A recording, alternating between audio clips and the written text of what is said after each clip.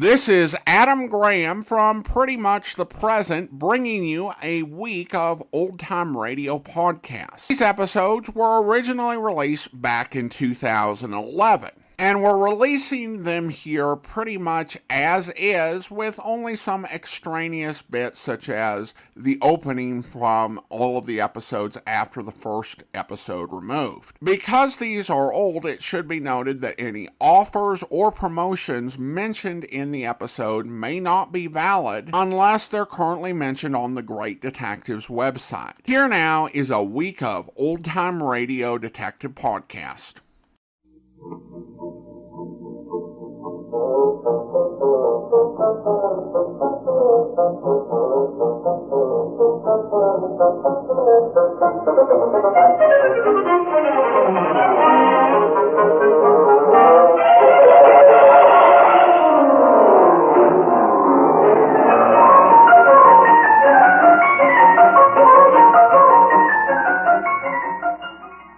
Welcome to the Great Detectives of Old Time Radio. From Boise, Idaho, this is your host, Adam Graham. If you have a comment, email it to me, box13@greatdetectives.net. Follow us over on Twitter at Radio Detectives, and become one of our friends on Facebook, facebook.com/Radio Detectives. Well, before we get started with today's episode, I want to remind you that at greatdetectives.net, we post regular commentary and articles about detective programs, Golden Age radio reviews of some shows you've never heard of, like the Diamond Dramas, Family Doctor, and the Red Book dramas, as well as reviews of mystery books, including Father Brown, Nero Wolfe, and a recent short story collection of Columbo stories. All of these articles are free to read on greatdetectives.net, and you can also have them downloaded automatically to your Kindle, and you can try that service out free for 2 weeks. You can click the link at greatdetectives.net, or just go to Amazon, put Great Detectives of Old Time Radio in the search box. Well, it's time now for today's episode of Barrie Craig Confidential Investigator. This one is called Dead on Arrival. William Gargan stars as Barrie Craig, Confidential Investigator.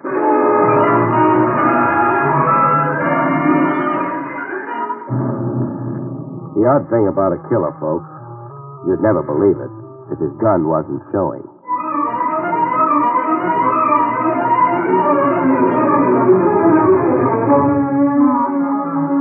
The National Broadcasting Company presents William Gargan in another transcribed drama of mystery and adventure with America's #1 detective, Barrie Craig, Confidential Investigator.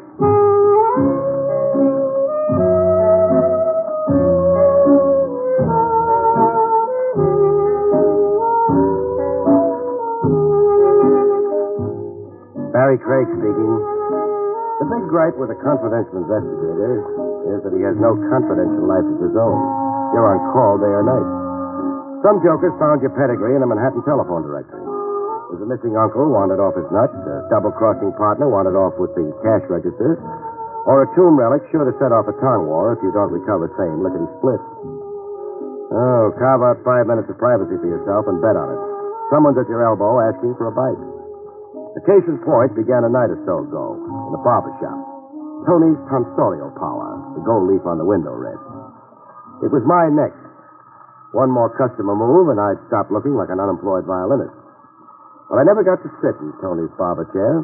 Fate popped into Tony's open doorway to beckon me out of the joint. You there. Craig. Fate was a guy in baggy pants, chewing an unlighted cigar. Marty Walensky, a hack driver. Hey, Craig. If you've never been shortchanged by Walensky, you haven't lived. I dragged myself over to Walensky. What's on your fat little mind? That's your jalopy outside, Craig? The dark green job? Yeah, across the street. Why? I thought it looked like your load. You got a dame in it, waiting for you. A dame? Walensky, what kind of a gag She flagged me at 78th and 3rd, so I know a good, reliable shaman she asked. So here we are. I keep an office. We've been there. Now we're here. She's waiting on your jalopy. You don't want the business? I haven't seen the back of my neck for 6 weeks. It's my neck. On you, the long hair looks good. Listen, Craig, it can't wait. Whatever's with this chick can't wait. As a matter of fact, confidentially, she didn't even stop the dress before flagging me down.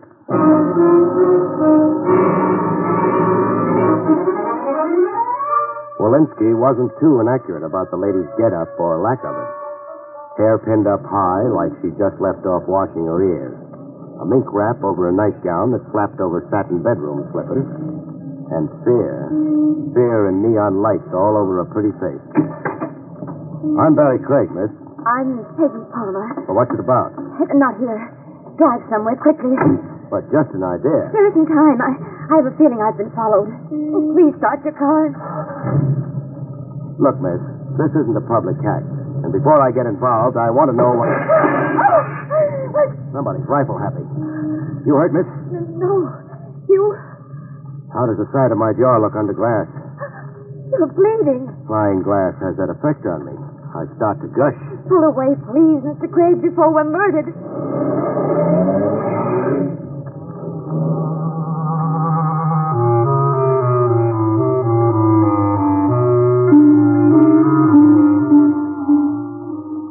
Later, in my office, while I kept busy with incidental washing and cauterizing, a frightened lady in mink gave me the facts. A bite at a time. I live with my brother George. And no love lost? No love? I'm counting the scratches on your beautiful neck. Oh, my brother fought to keep me from leaving the house. George Palmer. You've heard of me? Have I? Oh, yes, I have. A Sunday picture story in the tabloids. Help me with this adhesive. Oh, thanks. A freak get rich on, wasn't it? He found oil in his backyard or something? He found a diary believed to be George Washington's in the works of an antique wall clock. Pardon my error. A clock he bought in a rummage shop on 3rd Avenue. It should happen to me. So what's the problem? The diary's the problem. Why so? It's valuable. So cheers. No. Since the diary, our home's been a madhouse. Claimants and cranks. People looking to buy it, people looking to steal it. The usual backwash to a Klondike. Yes, all those things you say. What seemed to be a stroke of good fortune has become a nightmare. Does Brother George want to sell the diary? Very much, but for an enormous price. Enormous, like... $100,000. Wow. A lot of canvas. Any nibbles? One collector, a Grant Tyler, telephoned to say he might pay that much if he could examine the diary. Authenticate it. What? My brother wants the money in hand, in cash, first. I see. The window glass on my jalopy, who do I bill for it? I don't know. Brother George? Perhaps for anybody, Mr. Craig. Anybody? You said claimants and cranks. The usual backwash. How right you are. Anonymous phone calls. Notes in weird hieroglyphics slipped under the door. Bricks hurled from the street. Broken window glass. We've got more of it than anybody, Mr. Craig. Just come home with me and see. Come on to my house, huh? Just what job do you have in mind for me? Take charge of the diary. Negotiated sale to this Mr. Tyler or somebody. And how do I wrestle the diary free from Brother George? You won't have to. I have the diary here with me. I took it secretly from George's vault.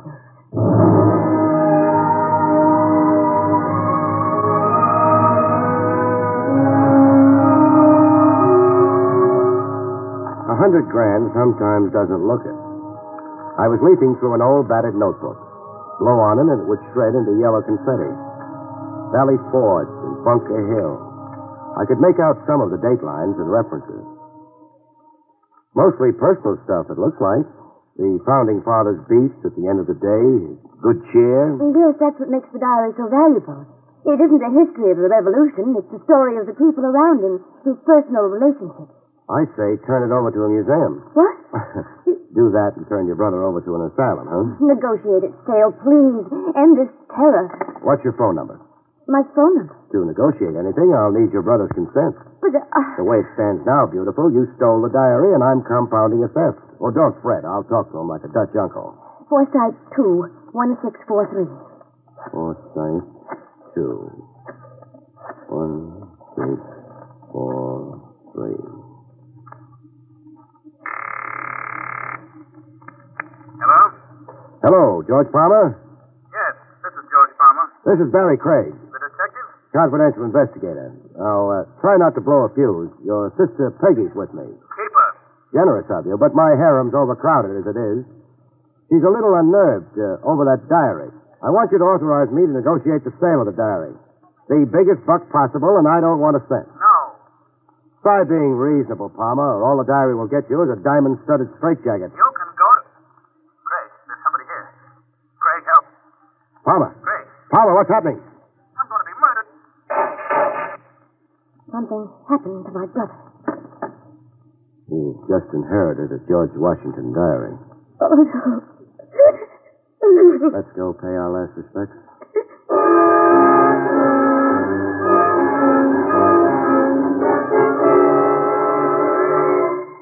George Palmer lay flat on his back. His eyes were open and calm. As if now that he was dead, the furies had left him. 2 bullets fired close to the head. The diary has been here. That's too... Don't borrow guilt, Peggy. Your departure with the diary had nothing to do with nothing. Your brother was killed first, then came the search. Keep puffing those eyes, and you'll need a seeing-eye dog to lead you around. I can't help feeling miserable. No. You had a brother, and now you haven't. It's something to get used to. Dead. And only an hour He was ago. clawing at your throat. It's a bereavement, sure, and I don't want to be unsentimental. Ask a question. Is this that antique wall clock your brother found the diary in? Yes. I worry about myself on rickety chairs, but that's the only way to see the inside of this clock. Clock's older than sin, that's for sure. In good running order? Why, yes, I believe so. The sales receipt for the clock, do you have it? Yes. George kept it here. In his desk. A wall clock in running condition, $25. Sold to George Palmer. Company? Got any idea who? No. I'll play butler. Who is it? Telegram for Miss Palmer. Let's have... Halloween was last week, mister. Your hands raised, please. Thank you. You too, Miss Palmer?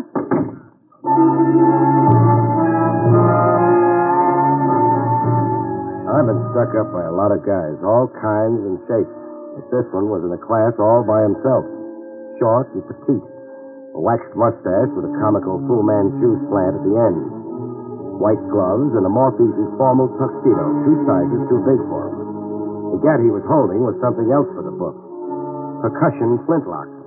An antique type you only see in a museum case where the card reads, Relic of the War of the States. I watched him sniff around the room a little, and then come back to us. The George Washington diary. You will please give it to me, Miss Palmer. The diary. He hasn't got it, friend. No? Back up 2 feet and say hello to a stiff. He is George Palmer? Was. Oh, dear. Whoever gave him those twin perforations of the skull took off with the diary. Is the truth, Miss Palmer? Yes, it's the truth, of course. Of course not. The lie sticks in your throat. It's only a prominent Adam's apple. Give her a complex about that, and you'll The find... George Washington diary. Give it to me. To give you what we haven't got, we'd have to be magicians. Even to live, you'd have to be magicians. So it comes down to that. You have 1 minute. That hunk of museum cast iron that can do the work of a gun? You'll see. Yeah. Boom, boom, and where did the world suddenly go? Funny thing, I can't wait to see. I'm that curious. Curious? Uh-huh. I know about guns. Times get tough in my business. I can be a gunsmith. If I live, This is idiotic quibbling. I'm coming to a decision. My hunch is that what it takes to load that museum piece isn't around anymore. Nobody manufactures it. Nobody sells it. The minute is gone. My hunch is that you're bluffing, friend, applying the old psychological squeeze. What if I just begin moving? You'll be shot. Barry, don't. Don't bury me on the side of a hill, beautiful. I hate sleeping lopsided. Please, nothing foolish, nothing heroic. Give him the diary. My life's against it, beautiful. Give it to a runt in white gloves and a baggy tuxedo, I'd have to disown myself. I'm coming over, No, friend. stop, you fool. I shoot. Let me go. Sure, but when your outlook on life gets a little more...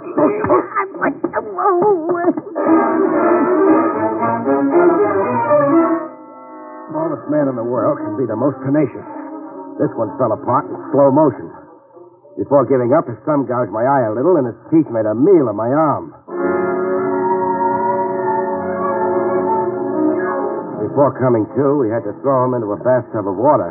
He was out as cold as that. Keep an eye on him, beautiful. The size of him, he can wash down the drain pipe.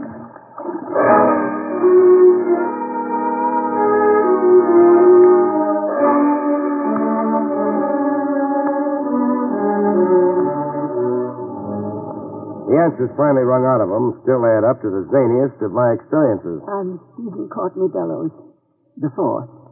As long as a name can get. My great-grandfather was the Stephen Courtney Bellows, intelligence captain in the army of the Rev Script. His undates. He was accused of spying for the British. Unjustly, Mr. Craig. It's an infamous slur against a great man. Rough. Even now, I have a petition before the President of the United States demanding that he restore the good name of my great ancestor. Which brings you to the diary? Yes, I wanted to examine it. If George Washington wrote things that reflect well of my great ancestor, I want this information shouted from the rooftop. And if General Washington called your great ancestor a skunk? Then the diary must be suppressed. The infamous lie must not be repeated. It must not. Cut it! One question, Bellows. Yes? What lunatic asylum do you call home? Harbor Heights. But I was detained there unjustly. It was all part of an infamous...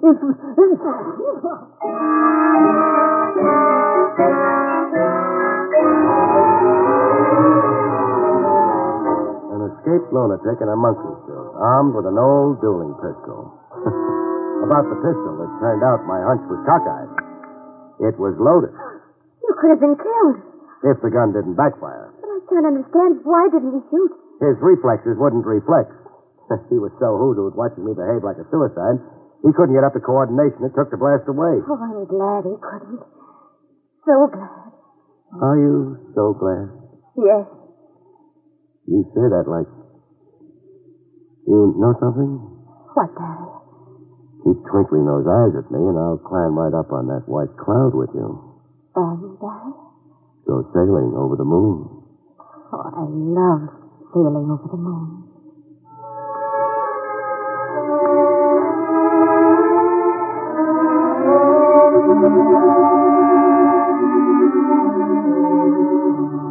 A little later, over ham steaks and coffee in a midtown half-brow, Peggy and I batted the case around with Lieutenant Trav Rogers. Just a few more facts, Craig. That is, if you can spare them. Well, you know about all there is. I know you gave me exclusive custody of a corpse and a lunatic. Show more respect, Trav. Fellow's great-grandfather... I've already had the pedigree up to my ears. I want the diary, Craig. Who doesn't? You'll have to get on the end of a long line. You won't surrender it? By court order? By police request. No can do. And our reason? It's the property of my client here, sacred to my keeping. I asked your reason. State. Diary's the honey that draws the flies. While I've got it, it's open season on Barrie Craig. Someone may come calling with a gun, and voila, I'll catch me a murderer. Or catch a bullet. All right. Your life. Squander it any way you like. Good night, Miss Palmer. Good night, Lieutenant.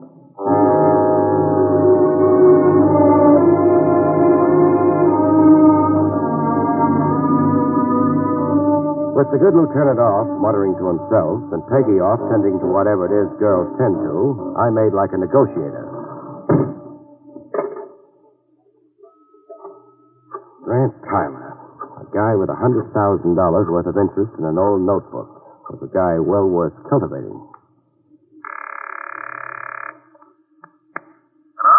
Hello, I want to talk to Grant Tyler. This is Grant Tyler. Barrie Craig, representing the Palmers. Yes, Mr. Craig.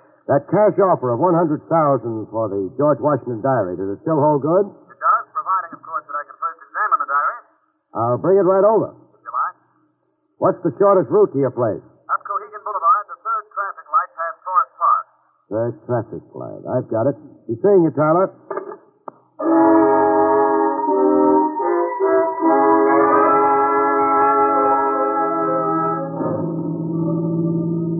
The second traffic light past Forest Park. I got the stop signal, a hand signal. A guy in a blue uniform. Traffic cop or a fireman or a parcel delivery messenger. In the dark, he looked like all three of them. You were going 60, pal. The gas pedal jammed. Are you a traffic cop? No. No? Then what the... Don't get impolite, pal. No. I'd be a dope too. So it's a stick-up. Surprise. $40 is all I've got. You'll never make Bermuda. Keep your wallet in your pocket. Now drive into the park. All I want is your company. Into the park, pal.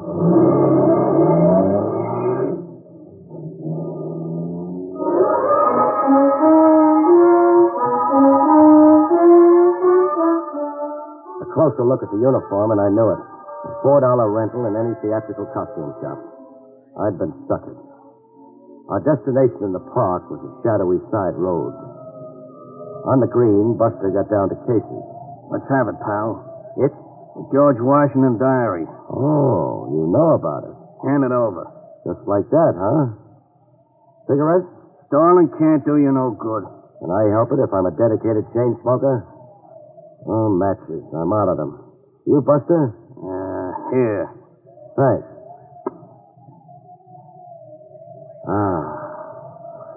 I can face the future now. Give me the diary. Or do you still want to clown around? No, the diary. Here it is. From me to you without love. Who are you working for, Buster? 2 kids and a blind grandmother. Mind if I borrow your car? Help yourself. Thanks, sport. Now turn around. Must you?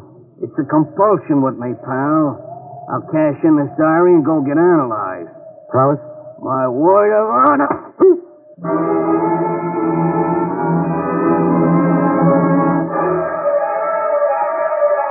It took a long time for the balloon to drift down from out of gravity and settle back on my shoulders. When I was finally used to owning a head again, I had a cab drop me at Tyler's. I'd meet up with the baloney cop again if the cover of his matchbox I'd connived was any help. Moriarty's Bar and Grill, the cover said. I'd be haunting the place. Yes? Barrie Craig. Oh, you're late. Sorry, I was detained. Well, we'll have to do this another night, Craig. I've no time left for you now. Tough. Can I come in a minute? Well, I see no point in... Thought you were an Americana collector crazy to buy the diary. I am, but... But I haven't got it to sell, and you know I haven't got it. That's why the brush now? You're speaking nonsense. Am I? I was detained, I said, by a hood who stuck me up for the diary. I know nothing about it. Then what do you know? Talk and act responsibly, Tyler. George Powell was murdered earlier tonight. George Palmer was murdered. If you didn't know it, talk to me, Tyler. Well, after your telephone call, Mr. Holland telephoned me. The junk dealer who sold Palmer the antique wall clock? Yes. Holland said he'd have the diary for me, and could he come over right away, tonight? And you said yes? Well, I'd be a fool not to. Holland's price is only $10,000. And 10 years for receiving stolen goods? Holland claims to be the rightful owner, that he merely sold Palmer a clock. Even so, you'd still buy a lawsuit? That's much of a risk I'm willing to take. Holland's engaged lawyers, offered to guarantee me against loss. Holland's still here tonight, you say? Any minute now. You'd better go. No, I'd better stay where I can listen and not be seen. Oh, here, maybe. Park behind the drapery. Mr. Craig. You'll lose the argument, Tyler, so don't argue, huh?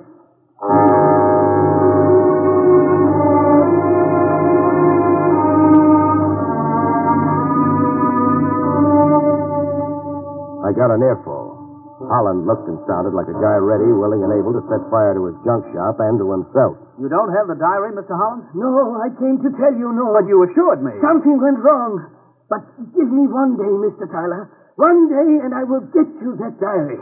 One day, and I will finish the transaction, I promise. I only have to get my hands on a no-good double-crossing rat. A no-good double-crossing rat. Oh, my friend in the park. Buster'd been working for Holland until he branched out for himself.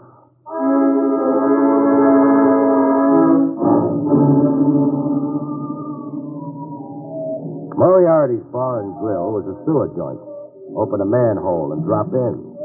20 minutes in it, and Peggy was gasping for air. Oh, I can't stand much more of this place, Barrie. You won't have to. Surprise. You see him? He sees me. And making like to come over yet. But the girl. Hi, pal. The name's Barrie Craig. I'll sit with the law. I just figured out how you got to Moriarty's. Did you? Cute gimmick. Conning me out of that matchbox. Your car keys. Car's parked on a corner. Thanks for the loan. Don't mention it. Oh, I almost forgot. The diary. You'll be wanting that back. Here. A change of heart? Yeah. I'm a regular Jekyll and Hyde. Half of me wants to go straight, the other half gets out of line. Sad. How worthless did you find the diary to be? Hey, you're smart, Craig. smarter than one guy's got a right to be. You approached Grant Tyler with the diary? Yeah, I approached Tyler. He checked it through with a spyglass, page by page, and then threw it back at me. It wasn't worth a plug nickel, he said. The diary isn't worth... Don't take it so hard, lady. You got the diary in a grab bag. But my brother... Oh, yeah. That. What about that, Buster? You can't pin it on me. No? I'm for hire, but I'm not a torpedo or a fall guy. Whoever murdered Palmer wasn't me. Can I go now? No. For coming clean like I have? You give me a break. Make out like we never met. No. Sawhead, huh? Yeah, I'm the compulsive type. But I'll go get analyzed after I even up the score.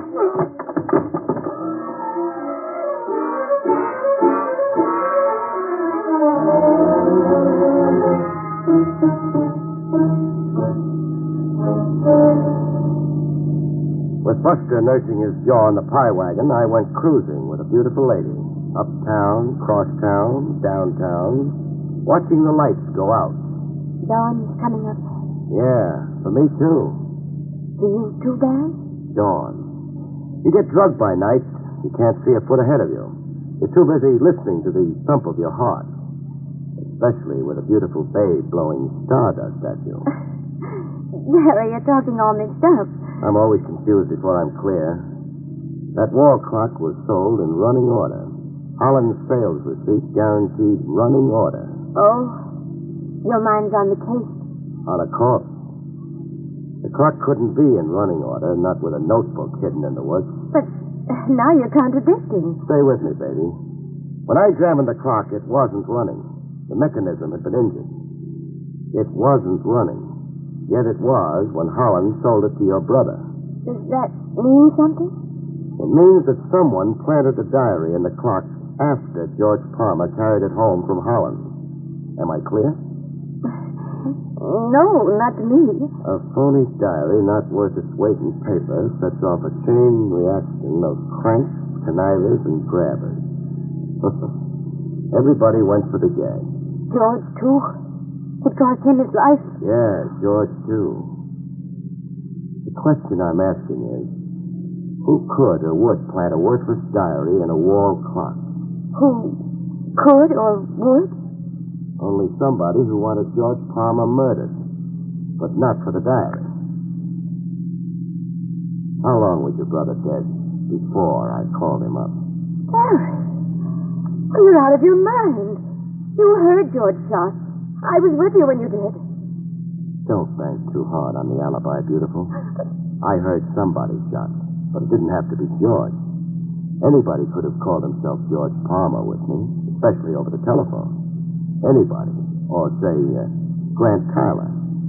Staging a phony murder so you could blow stardust in my eye. Make me your iron alibi. We're stopping? End of the road, beautiful. Police headquarters. I don't suppose you want to tell me your motive. Insurance, I guess it to be. You're the lucky beneficiary. Those nights riding a white cloud, beautiful. You and I'll never see them again. Yeah, dawn's really come up. It's broad daylight now. Good night, folks. See you next week.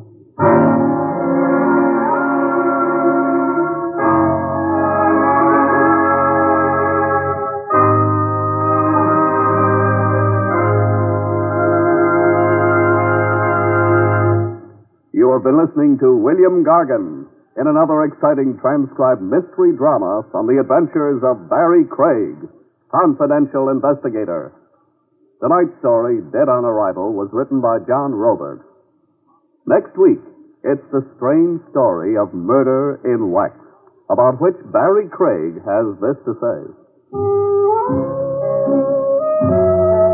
Next week, I meet a wandering parrot screaming bloody murder, a sculptor with an amazing knack for making the dead lifelike, and a hired killer who sticks closer to me than my socks. The three put together spell murder. See you next week, folks.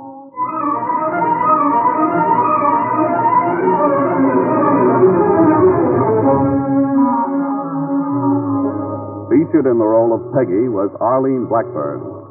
Barrie Craig, starring William Gargan, was under the direction of Hyman Brown. This is Don Pardo speaking.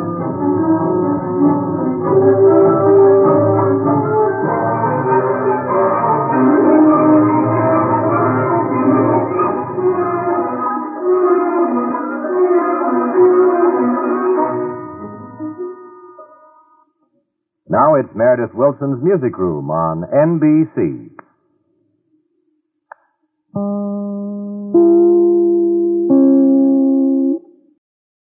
Welcome back.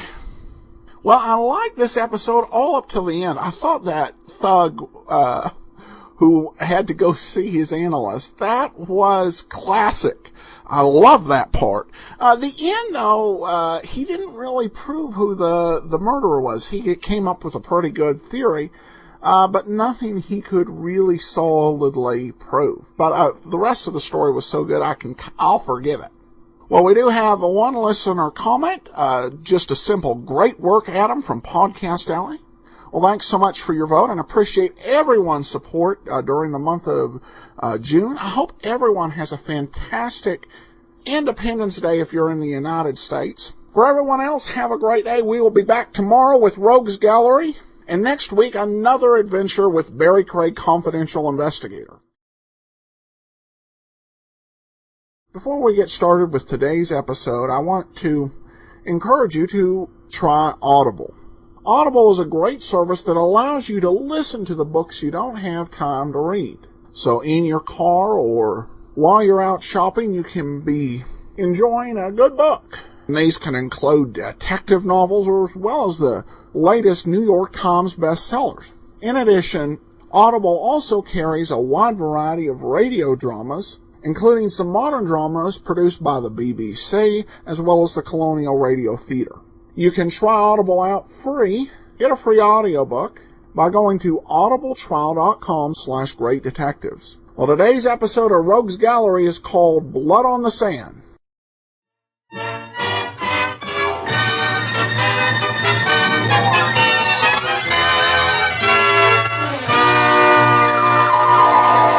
The F.W. Fitch Company, makers of those fine Fitch products, presents Dick Powell as Private Detective Richard Rogue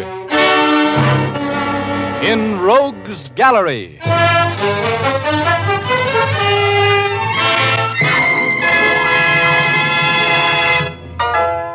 Rogue speaking. Well, I was suffering one of my regular attacks of rigor indolence last year when I decided to commune with nature in a gentle sort of a way. So I made a reservation at the L7 Dude Ranch out in the desert. The afternoon I arrived at the ranch, I was lolling around the swimming pool, exposing my epidermis to the sun and admiring the scenery, when part of the scenery walked up and took a poke at another part of the scenery over some of the most beautiful scenery I've ever seen in or out of a white satin bathing suit. The poker was a paunchy 45, the pokey a very slick 30. And the cause of it all was a lovely, lovely 25, blonde and definitely feminine. I stayed out of it.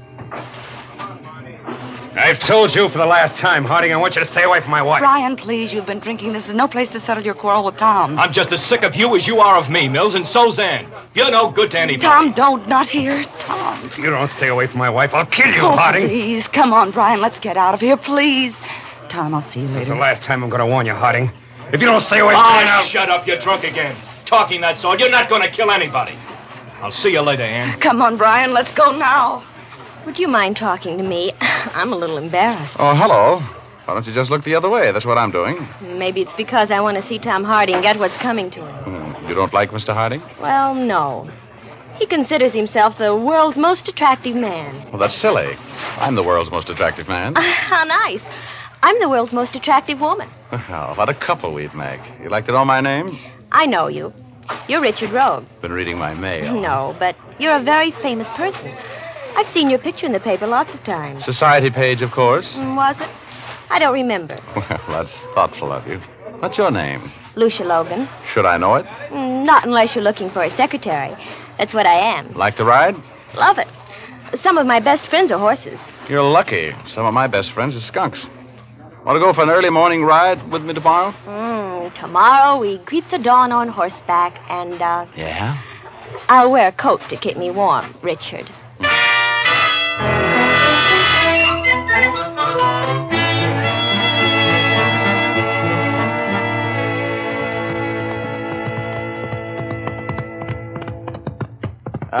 Lucia, darling, this scene brings out the Gene Autry in me. Yes, sir. If I had my guitar, I'd sing for you, so help me. Oh, bury me not on the lone prairie. Yeah, this is for me, baby. Yep, someday I'm going to save enough money to buy me a ranch out here, and then I'm through with the crowded city. Yep.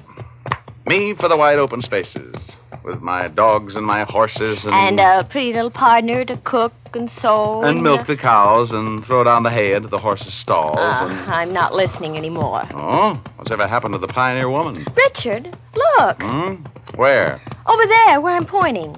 There's a man lying there. Huh? Yeah. Come on. He's hurt. Must have been thrown from his horse or something. Yeah. I can't hang on, Richard. Well, take it easy then. Oh, boy. Whoa, whoa. Settle down. Whoa, whoa. Oh. Oh, no. This couldn't happen to me. Who is it, Richard? It's Tom Harding, baby. Stay on your horse. Is he unconscious? No. He's been shot. He's dead.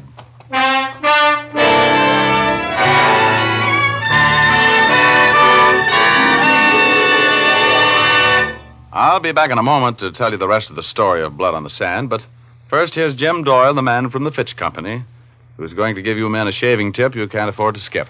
That's right, Dick. I want to tip you men off to the grandest, smoothest shave you've had in a long time. It's the kind of shave you can have all the time when you use Fitch's No Brush shaving cream. You see, Fitch's No Brush contains not one, but 3 important shaving ingredients. These 3 ingredients are blended together in a smooth, rich cream that lubricates your face instantly and prepares it for the shave. Your razor will fairly sail along over those whiskers, cutting them close and clean without nicking or scraping. It's easier on your face, easier on your razor blades, too. When you've finished, your face will have a cool, refreshed feeling that lingers for hours. No fooling, fellas. For a really solid comfort shave, switch to Fitch. Men who say there's nothing like lather to give a smooth, swell shave will find Fitch's brush cream is tops. It gives a rich lather that stays moist longer, rinses off easier. Next time, make it Fitch's shave cream, either brush or no brush type. 2 handy, economical sizes, 25 and 50 cents. And now here's Dick Powell again as Private Detective Richard Rogue.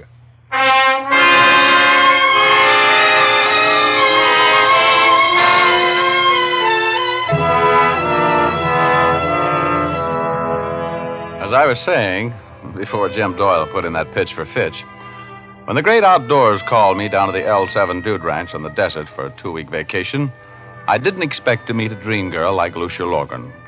And I didn't expect to hear a writer, Brian Mills, threaten to kill his friend, Tom Harding, if he didn't stay away from his wife, Anne. And I didn't expect to make a discovery which Lucia and I made on a sunrise horseback ride the next morning. We were just riding along, enjoying the dawn, when we saw the body of a man lying on the floor of the desert. I reached the body first. Who is it, Richard? It's Tom Harding, baby. Stay on your horse. Is he unconscious? No, he's been shot. He's dead. Oh, Richard. He was murdered and there's no gun here. Oh, why do things like this always happen to me? Oh, Richard, let's get back to the ranch. I'm scared. There's nothing to be scared of. The guy's dead.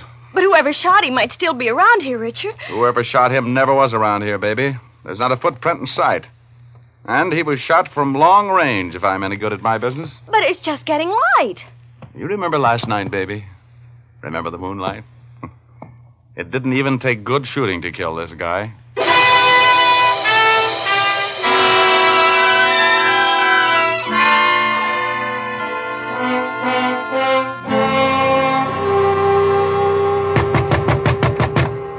Come in. Hello, Rogue. Oh, hi. You're Sheriff Kane, I take it from the badge. That's right. I just got back from looking at that body you found for me this morning. Yeah? He was shot with a .32-20 rifle, a deer gun. No kidding. Wow. Have you figured out where the killer was when he did the shooting? My boys are checking. You Going to help me out on this case, Rogue? I'm on a vacation. Well, I can use any help you want to give me. I'll swear you in as a deputy. No thanks, Kane. Believe me, I want no part of it. I'm up here for a rest, and I'm going to have it. Well, let me know if you change your mind. I sure will. Oh, by the way, any ideas on who would want to kill Harding? I just got here yesterday afternoon. I don't know anything about the guy. But you heard his life threatened yesterday at the swimming pool, didn't you? Oh, you know about that, huh? Mm-hmm. I just wanted to know how much you weren't going to cooperate, Rogue. Well, I knew somebody would tell you.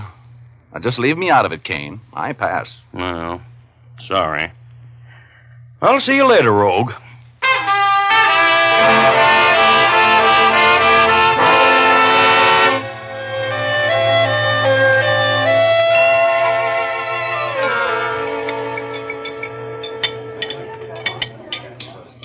You mind if I sit here with you for dinner, Richard? Well, hello. I've been looking for you, Luscious Lucia. Have a chair. You've been avoiding me. I've been avoiding everybody. I'm on a vacation. I don't want to get mixed up in that murder. You know, everybody thinks Mr. Mills did it. What do you mean, everybody thinks so? Well, I think so. He threatened to kill Tom. You heard him. Well, how about Mrs. Mills? She was having trouble with Harding, too, wasn't she? Yes, but I still think it was that drunken husband of hers. Oh, you do, huh? Yeah. You want a tip from me, baby? What? Don't be going around having hunches about murders. And if you have them, shut up about them. Stay out of it. Well, the sheriff won't let anybody leave the ranch. You came here for a week, didn't you? How about a ride in the morning? We didn't get very far with that one this morning, did we? Mr. Rogue? Yeah? Oh, hello, Mills. Could I see you for a moment, Mr. Rogue? Well, I'd like to eat my dinner if they ever serve it. Oh, perhaps later, huh? Well, what do you want to see me about, Mills? In your professional capacity, Mr. Rogue. I'm not in my professional capacity. Could I drop by your cabin later this evening? Well, sure, if you can walk that far, I'll be there. Thank you. My goodness, you're popular. Just like being with a movie star. Yeah. Say, how about that horseback ride in the morning? Want to try it again? I'd love to. Such exciting things happen when I go for rides with you.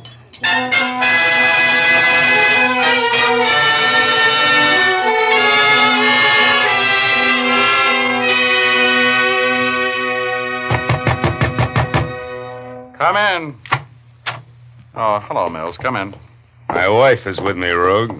Huh? Oh. How do you do, Mrs. Mills? Hello. Oh, wait a minute. I'll get these bottles off the chair and we can all sit down. These cabins weren't built for entertaining large parties, were they? No, they weren't. Oh. Well, now that we're all comfortable, Mills, what do you want to see me about? And the answer is no. Please, Mr. Rogue, you don't even know what Brian was going to say. You want me to get mixed up with the murder of Tom Harding, right? Yes, I do, Rogue. And I'm willing to pay you well for your time. I'm not interested. You see, this is the first vacation I've taken for about 4 Rogue, years. I'm being persecuted. That hick sheriff, he's been hounding me. Sheriff Kane seems to be a pretty astute officer. Did you kill Harding, Mills? No, he didn't. He was with me all that evening, all that night. I told the sheriff that. Brian was never out of my sight. My wife can give me a perfect alibi, Rogue. I'm not the sort of man who kills people, and I'm not going to be hounded by a country sheriff. Look, Mills, I'm sorry if you're being hounded, but I'm on a vacation, so I don't want... You must protect my husband, Mr. Rogue. He's not a murderer. The sheriff suspects him because he and Harding had words yesterday. I heard the words. One of them was kill. You threatened to kill Harding, didn't you, Mills? He was annoying my wife. Why, nobody would have ever heard of him if it hadn't been for me. A writer. Couldn't even write home for money. Harding was a horrible pest, Mr. Rogue. He wouldn't let me alone. Yeah, so I've heard. So, just what was the relationship between the two of you and Tom Harding? He and I have been collaborating on plays for years. He was engaged to Anne when I married her a year ago. Since then, he's been giving us nothing but trouble. I never loved him, but I couldn't convince him of that. And I know one thing. My husband didn't kill him. I'll give you $500 to work on this case for me, Rogue. What do you expect me to do? Find the real murderer. Protect me. Convince that stupid sheriff I couldn't have killed Harding. All right, give me the 500. You got it with you? Yeah, I got it with me. Okay, now here's what I'll do. I'll try to locate the real murderer, whether it's you or whoever it is. And when I find him, I'll turn him over to the sheriff. Understand? Yes. But, Rogue, I didn't kill Tom Harding.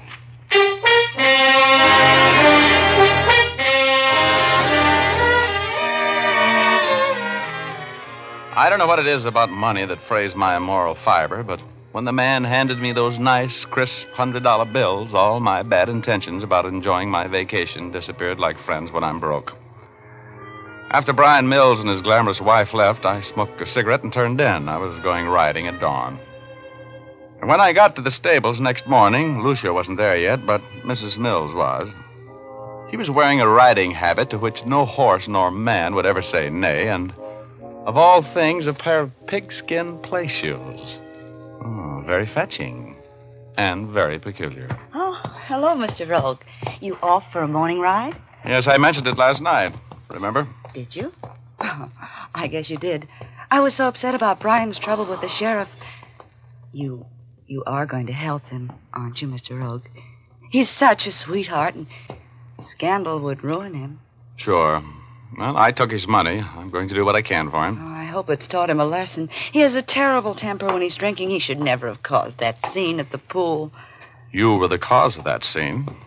What did Tom Harding have on you? Nothing. We used to be good friends, that's all. Oh, I see. You're not telling all you know, are you, Mrs. Mills? Mr. Rogue, I want you to promise me something. I'll listen. You said last night that if you found incriminating evidence on my husband, you'd turn it over to the authorities. Yeah, sure I will. Please, Mr. Rogue, I have some money of my own. I want you to promise me that you'll tell me first if you find anything which makes you suspicious of Brian. Hey, I don't get it. I thought he had an ironclad alibi. He has. And besides, Brian couldn't kill anybody. I want to do everything I can to protect him from worry and persecution. Look, I know how you feel, Mrs. Mills. If your husband isn't guilty, don't worry. We'll keep him out of it. Hi, Richard. Oh, hello there, beautiful. You know Mrs. Mills? We've met. Hello. Our horses are all ready. I've been out helping to saddle them. Okay, let's go.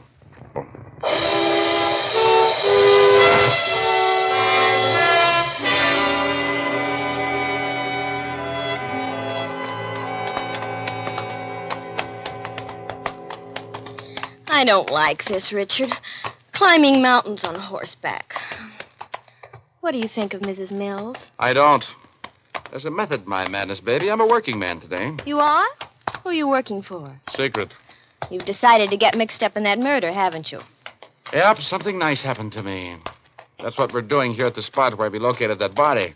I was sighting in on this pile of rocks. Are you being mysterious? No, not especially. Today I'm being a detective. You see, Angel, Harding was shot with a deer gun. Everybody knows that. I'm no detective, and I know that. Okay, but do you know enough to figure out where the shot came from? By the way the body fell? I don't even care. I came out for a horseback ride, and I want to enjoy it. This is no fun, walking a horse up the side of a mountain. Well, we haven't far to go. Just stay with me a little longer.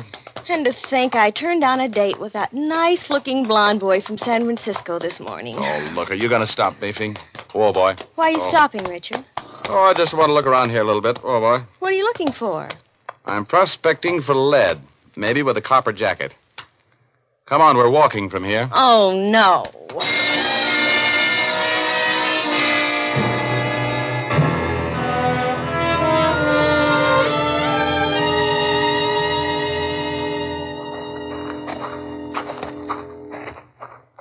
Come on, I want to take a look behind that big rock up there. I'm going to be so stiff, I won't be able to dance tonight. Good. We'll set them all out someplace near the punch bowl. Oh, no. I'm going to be with that blonde boy from San Francisco. And if you so much as ask me for a dance, I will... What's the matter? Look.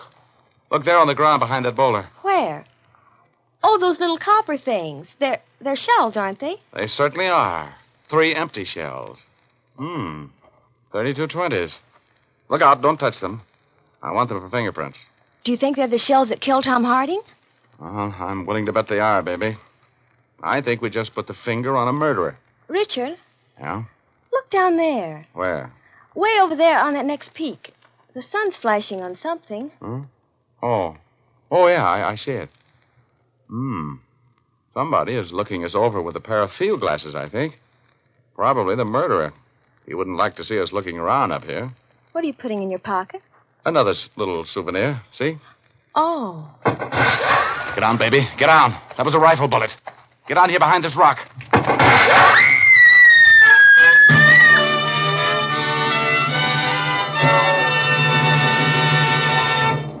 Our story will continue in just a moment.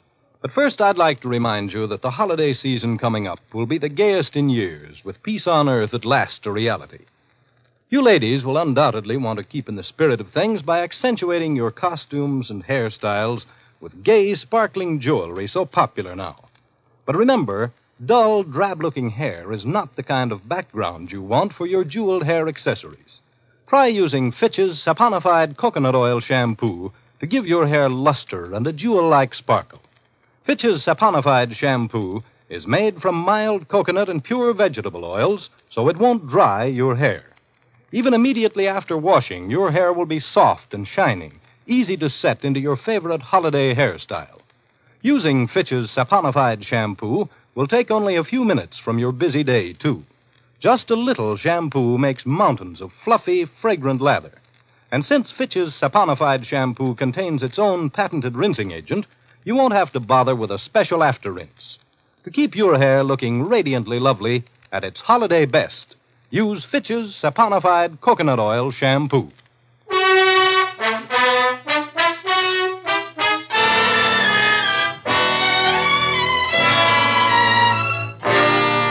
And now we return to Rogue's Gallery with Dick Powell as Private Detective Richard Rogue.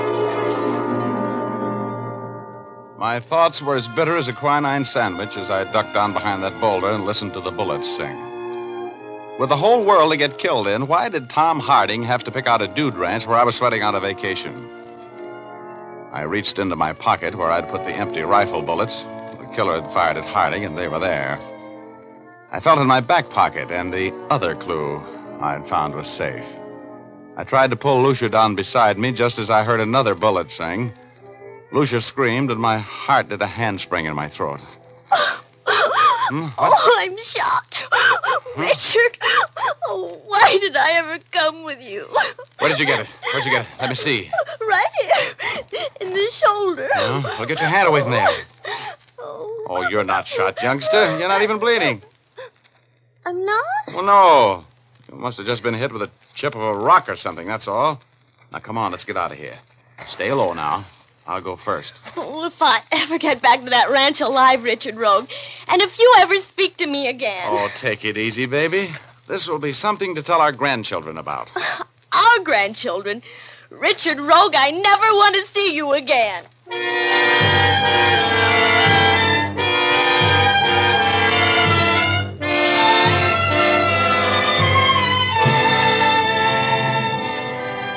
We got back to our horses and got back to the ranch house all right.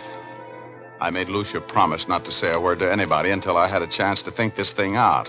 She promised. She would have promised anything to get rid of me. I went to my cabin to look over the stuff I'd found up there behind that boulder, and as I opened the door to my cabin... Oh, I got it. Right behind the ear, as usual. I watched the stars go by for a while, and finally I grabbed on the tail of a comet and didn't let go until I was within dumping distance of cloud number 8. And there he was. My alter enemy, Ugor. You're a little late tonight, Rogie. Yeah, what happened? Somebody wanted to know what you found up there on that mountain. You should have stuck to your vacation, Rogie. Well, whoever it was, I'm going to have them over a barrel in a few minutes. Oh, I got to get back there. Help me. Oh, you better rest a while. I can't. So long, Midget. See you next week. So long, Rogie.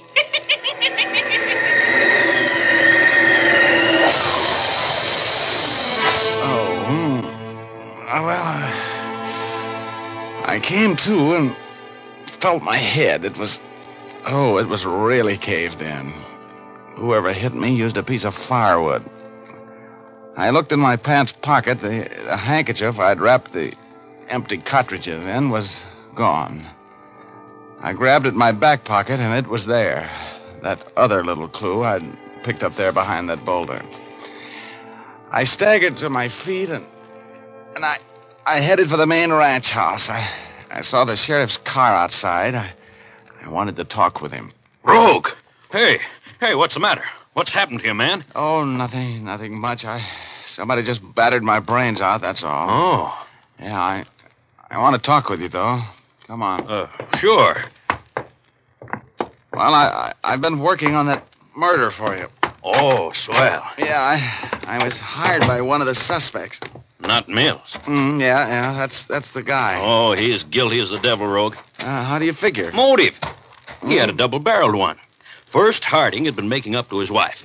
Second, Harding and Mills had drawn up partnership papers, providing that if either one of them died, the other would be sole owner of anything they were working on. Yeah? Sure. I've been checking on them through the L.A. police. They've got a play that every picture company is bidding for and every Broadway producer is interested in, a gold mine. Well, now that Harding's dead, the play is the sole property of Mills. Those two motives good enough for you? Well, how about his alibi? His wife said he was never out of her sight. If that's true, he couldn't possibly have killed Harding. Well, I got a call from his wife telling me to meet her at their cabin at noon. That's going to be the end of that alibi, I think. She sounded nervous and scared. I'm going over there now. Going with me? Sure. Yeah, I'll go. Oh, I found the place where the killer waited for Harding to keep his date to be killed. Oh, you did, huh? Yeah, and I also found the casings from the bullets that killed him. Well, where are they? Any fingerprints? Somebody just knocked my brains out and took them from me. Oh, how long ago? Oh, it must have been a half an hour. That's what you get for not cooperating with me, Rogue. You've cost me... Hey, that came from the Mills cabin. Come on. Right with you. Drop that gun, Mrs. Mills. I killed him. I killed my husband. Yeah, you sure have. Hey, what happened? He had that rifle. He was going to kill me. Why was he going to kill you? Lock the door, Kane. Huh? Oh, yeah. Now, look, Mrs. Mills. You'll have to get a hold of yourself. Why was your husband going to kill you? Because I knew I was going to tell the sheriff he wasn't with me last night. He was drinking. He took that rifle and left before Tom Harding was killed. I told him I couldn't go on lying. Oh, that's why you sent for me. You were going to break his alibi. Yes. He killed Tom. He was boasting about it to me. Oh, poor Brian. I loved him, but I couldn't. Is that rifle there, 3220, Sheriff? Mm-hmm. It's the murder gun, all right. Well, looks like this case is all wrapped up, Rogue. I'm sorry, Mrs. Mills. Now, look, Sheriff, this case is all wrapped up all right, but not the way you think. Mills never killed anybody. Why, what do you mean? I mean, Mrs. Mills missed something when she beat my brains out and shook me down for those cartridges a while ago. Me? I don't know what you're talking about. Yeah, you'd better have something to back that up, Rogue. But if I haven't, I'll take the rap. Look, Kane. You see those fancy ladies' cowboy boots over there in the corner? Yeah. Get away from them. I got her. Bring those boots over here, Kane. Let go of me. Okay, Rogue. How about letting me in on it? Well, half the heel's gone off the left boot, isn't it? Yeah. Let go of me. If you don't stand still, Mrs. Mills, I'm going to slug you. I've got that broken boot heel right here in my pocket, Kane, and I had a witness when I found it this afternoon. Up there behind that boulder where Mrs. Mills here waited for Tom Harding to keep his date with her and a couple of slugs from a 3220. Well, that's the end of the story. Mrs. Mills didn't want her husband, and she didn't want her old boyfriend. She just wanted to own that play everybody was fighting for. So when her husband threatened her boyfriend, she went into action. She invited Tom Harding to a rendezvous on the desert and shot him to death. And then when her husband was suspected of the crime, she gave him an alibi, so she could kill him later and swear it was self-defense. She would have gotten away with it, too, if it hadn't been for that half of boot heel. The minute I saw it lying there behind that boulder, I thought of her Western riding habit that morning and the pigskin play shoes. That started my massive intellect to work, and of course, when that happened, that was all. I also remembered the faint odor of her expensive perfume just before that log knocked my brains out. And, after the excitement was over and I had combed the lump out of my hair, I went over to see Luscious Lucia. Oh, you. Oh, hello, dear. I just thought I'd drop over. I told you I never wanted to see you again. Oh, well, she was a little on the chubby side anyway. You know what I mean?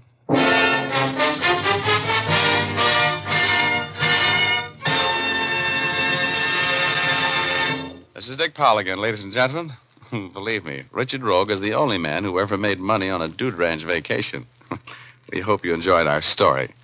Ray Buffum wrote it, Leith Stevens composed and conducted the music, and Dee Engelbach produced and directed. Don't forget now, we all have got a date next Thursday night. We're going to do a little story about murder, arson, and a lovely lady. We call it Fortune and Furs. So make a date with us, will you? Thanks for listening, and good night, all. Now here's Jim Doyle.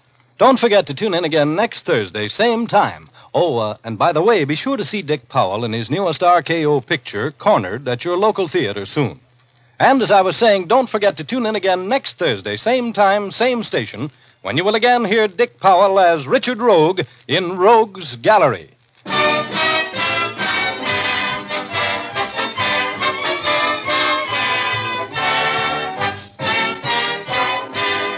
Remember, if dandruff is your problem, ask for Fitch's Dandruff Remover Shampoo. Removes dandruff the first time it is used. Fitch's Dandruff Remover Shampoo is the only shampoo whose guarantee to remove dandruff is backed by one of the world's largest insurance companies. This statement can be made by no other shampoo. Ask for Fitch's Dandruff Remover Shampoo at your drug or toilet goods counter, barber, or beauty shop. Fitch is spelled F-I-T-C-H.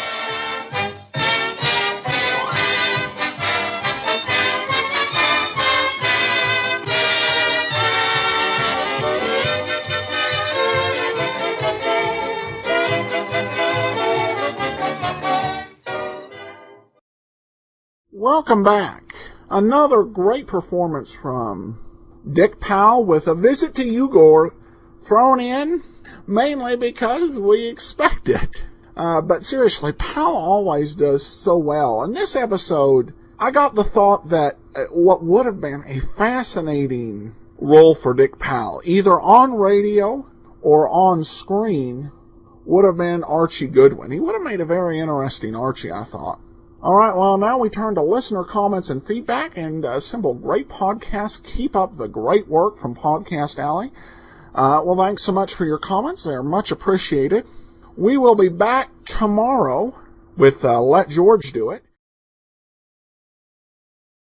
Well, before we get started, I want to let you know about our book, Tales of the Dim Knight. It is available at dimknight.com. It's a great superhero comedy with some great references that fans of Golden Age superheroes will appreciate. You can purchase it at dimknight.com as both an ebook and a paperback. Ebook reasonably priced at $2.99. That's dimknight.com. Well, it's time for today's episode of Let George Do It. Go jump in the lake. Personal notice. Danger's my stock and trade. If the job's too tough for you to handle, you got a job for me, George Valentine. Write full details.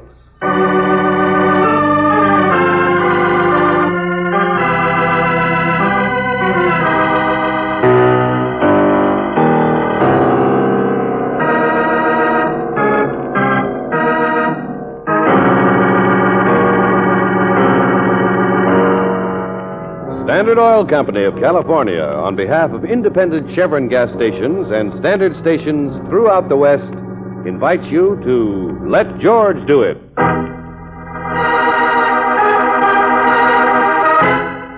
Go jump in the lake, another adventure of George Valentine.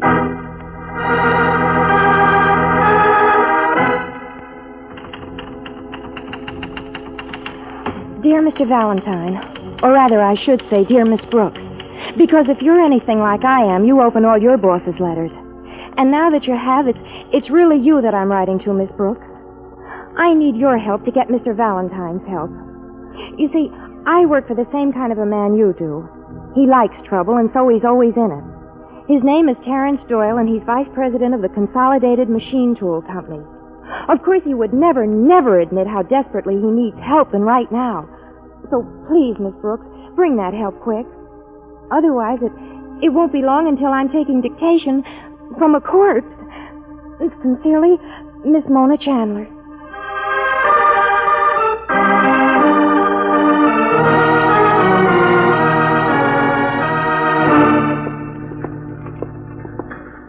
Well, let's try this one, Angel. Uh-oh.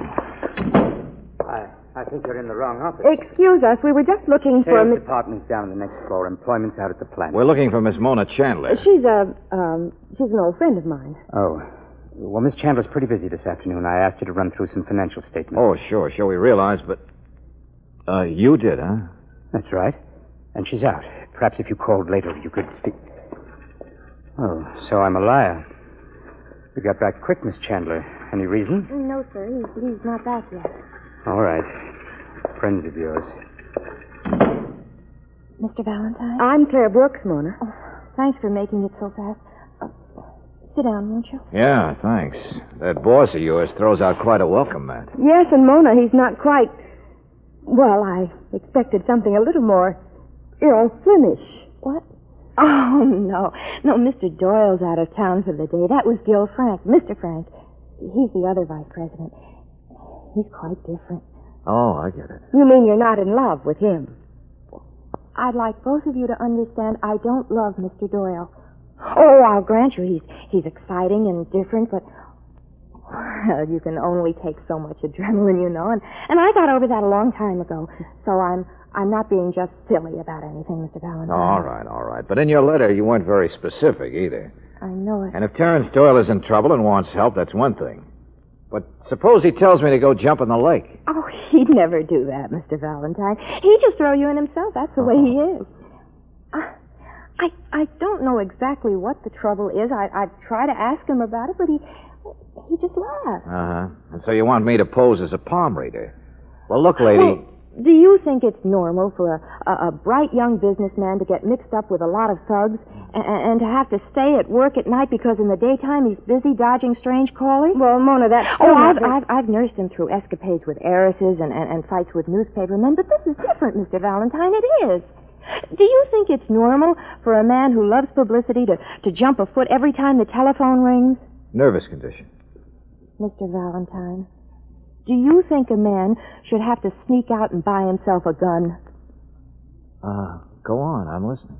I know I'm not very specific, but I'm positive he's finally gotten mixed up in something that's way over his head. What about that gun? Well, he bought one day before yesterday, and he got a permit to carry it for self-protection just because this office handles money sometimes. But that isn't it. He's in danger. He's being watched. He's being threatened. I know he is. And look what came this morning, a package addressed to him. You see? Just addressed in printing, but I've already opened it. Here. Well. Merry Christmas. Mr. Doyle. Home again, sweetheart. And a Happy New Year to you and you. Oh, Mr. Doyle, these are friends of mine. Miss Brooke, how do you do? Oh, pleasure. I like friends. And Mr. Valentine? Valentine? Of course. It's me who's out of season, isn't it, huh? My real name, thank you. Must haunt you like a red necktie this time of year. Well, go on, sweetheart. Open the box of candy. Oh, it's addressed to you, sir. I already didn't. What would I be doing without her? Probably stab myself in the letter knife. She'd open anything, including her heart. Mr. Doyle, look at it. What? Look what it is. Somebody sent you a second gun. Only see? It's broken. They've broken it right across Let me see that. Broken gun, huh? And there's no note or anything. But it means a gun won't do any good, doesn't it, Mr. Doyle? Isn't that what it means? Somebody knows you bought the other one, and now they're telling you it won't do any good to protect yourself. Well, isn't it? Mr. Doyle, look at it. I did, so what? By the way, where's Gloomy Gil? We're going back to the plant, I guess, sir. But, Mr. Doyle... Oh, take the day off, sweetheart. But, you, Mr. Valentine, may I see you for a minute?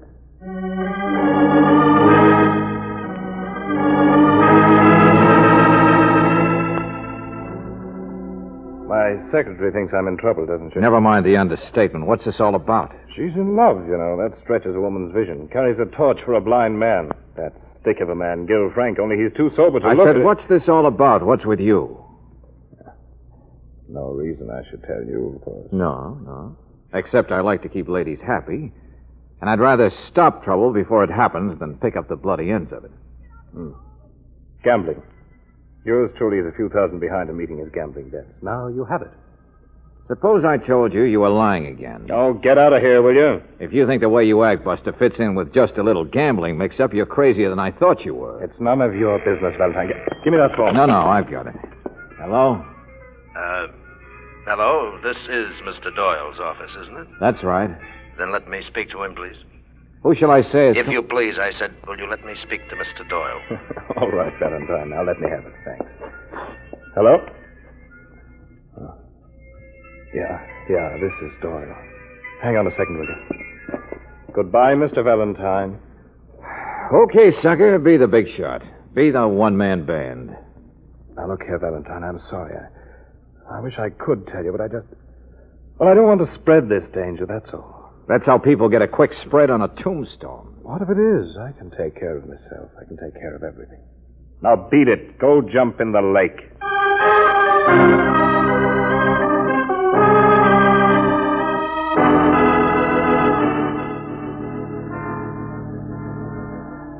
But, Mr. Valentine, listen to me. After you went out of the office, Mr. Doyle was still talking on the telephone to somebody. I know, Mom. I opened the door by mistake, and I heard him screaming, "I'm not afraid of you nor any of your thugs." Uh-huh. Where's Gil Frank? I tried to get him to meet you here, Mr. Valentine, the way you asked. I know he can help us because he's noticed the way Mr. Doyle's been acting, too. But I couldn't find him at supper time, and now he's back at the office, and when I rang there, Mr. Doyle himself answered and said that Gil had taken his car out to get some sandwiches, and why did I want him? Okay, I'll find him at his home later on. Well, I do have some more work back at the office. And... Oh, what kind of work, Mona? Mr. Valentine, I've been going over some of the financial things, and one of our accounts is a little short. What? Well, I don't mean anything wrong.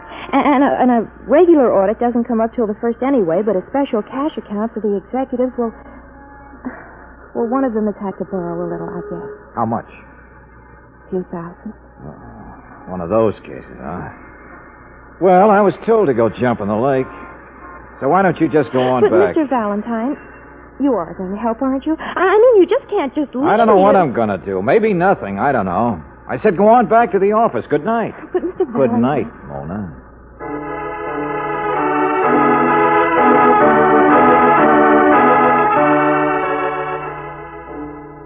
But, George, I thought you said you weren't going to handle the case. The fewer people know I'm crazy, the better, Angel. Now, listen. Guy phoned you. You can hear a Roomba band in the background. The guy talking might be a gambler. Question, where is he phoning from? Oh, Roomba band. Well, the only place I know, the Club 50? Uh-huh.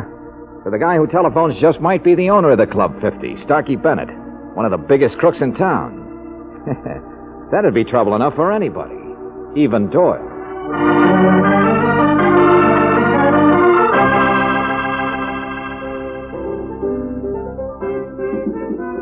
Hello?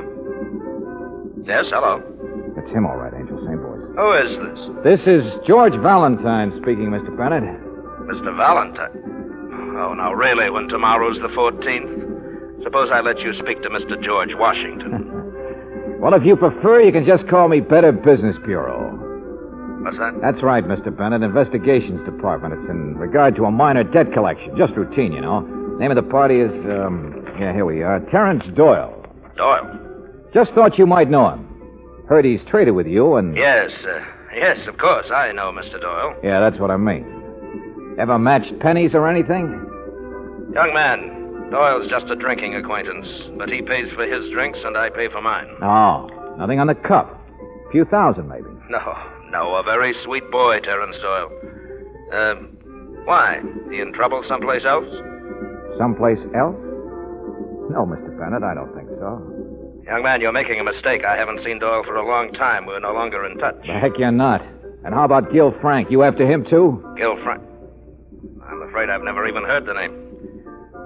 See here, young man, where are you calling from? There's something about that music. That's a little familiar?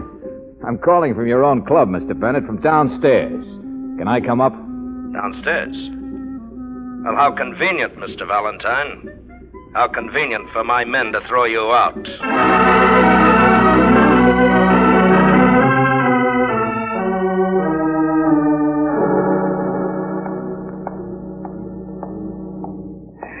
I guess it's just that nobody wants a Valentine, Angel. Here we are, number 316. Yeah. At least Gil Frank shouldn't have any reason not to talk, unless he's already asleep in bed. You mean if he knows anything? George, that Starkey Bennett must be really mixed up with Doyle. Sure, but how? Who'll tell us? Apparently Bennett would like us to think it's nothing but a little minor debt or two. But... Not the way Doyle's acted, and the gun and everything. Because Starkey Bennett is mixed up with a lot worse things than gambling in this town, and maybe... Yeah, maybe nobody's answering the door. I wonder if there's a chance we could... George, listen. Huh? No, outside, coming up the street. Huh? Oh, no. Mr. Frank. Mr. Frank. George, look at him. His face, there's blood on it, and his clothes are torn. Yeah, here, I've got him. Oh, this guy didn't just tie one on, Angel. Mr. Frank, can you hear me? I'm going home. Let go. That's my home there. He's been beaten up. Yeah. Well, at least he needs help. It's Mr. Valentine, Gil. Do you understand? Can you give us your keys and your... Valentine? That's right, Fran. Now, just take it easy and I'll get No, get away. Leave me alone. What? Leave me alone. I am all right. Just a little accident, that's all. Go on, stay out of it. Don't jump in the lake. Well, that does it. He swung so hard he fell in himself. Brooksy, at last I got company in that lake.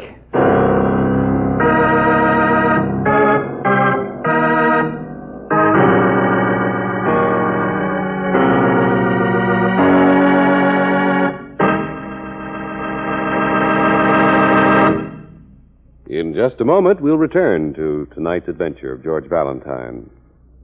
If the family car is a sweetheart, and you want to treat it like one, give it Chevron Supreme gasoline tomorrow and every day. For this premium quality gasoline is climate-tailored. Based on year-round weather records from your driving area, Chevron Supreme is scientifically blended for each season and for each different altitude and temperature zone in the West. That means any day in the year, wherever you drive, your car performs better when it has Chevron Supreme in the tank. Faster starts, even in cold weather, smoother pickup in traffic, and ping-free power on hills. In fact, you can't buy a better gasoline for today's high-compression engines. Get Chevron Supreme tomorrow at a standard station or an independent Chevron gas station where they say and mean, we take better care of your car.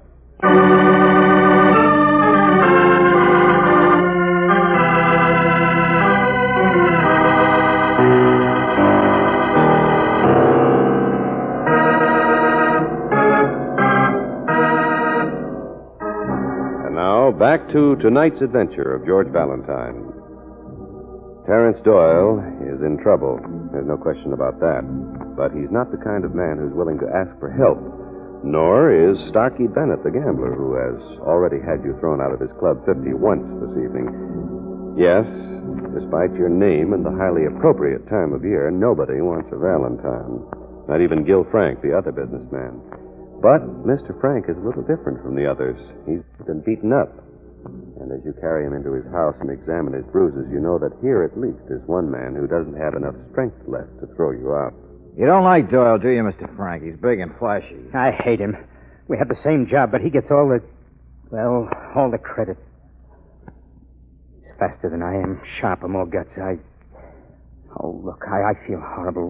What am I saying all this for? Because you're toying with the idea of being a heel, a real first-class heel? But they told me they'd kill me if I said anything. All right, then. Die a hero. In concrete. Concrete? What are you talking about, George? That's cement dust all over the back of your coat, Mr. Frank. Most alleys don't have that.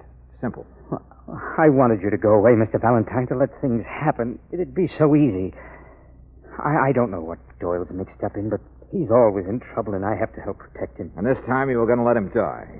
No, I would have told the minute I got around to my senses. Well, then start telling, Buster. You left the office. It was night.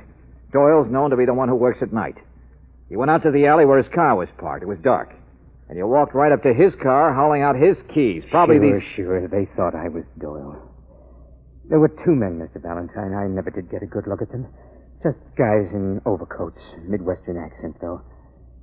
Anyway, I put up a pretty good fight until one of them got me over the head. Next thing I knew, I was in the back seat of a car. A big convertible it was. My pockets were inside out, and I heard them talking. They were mad about something. They had my wallet and stuff, identification card with a picture. I remember one of them said something about a mistake. Then they slammed down the brakes and kicked me out of the car into the gutter. That was it. That's what happened. Uh-huh.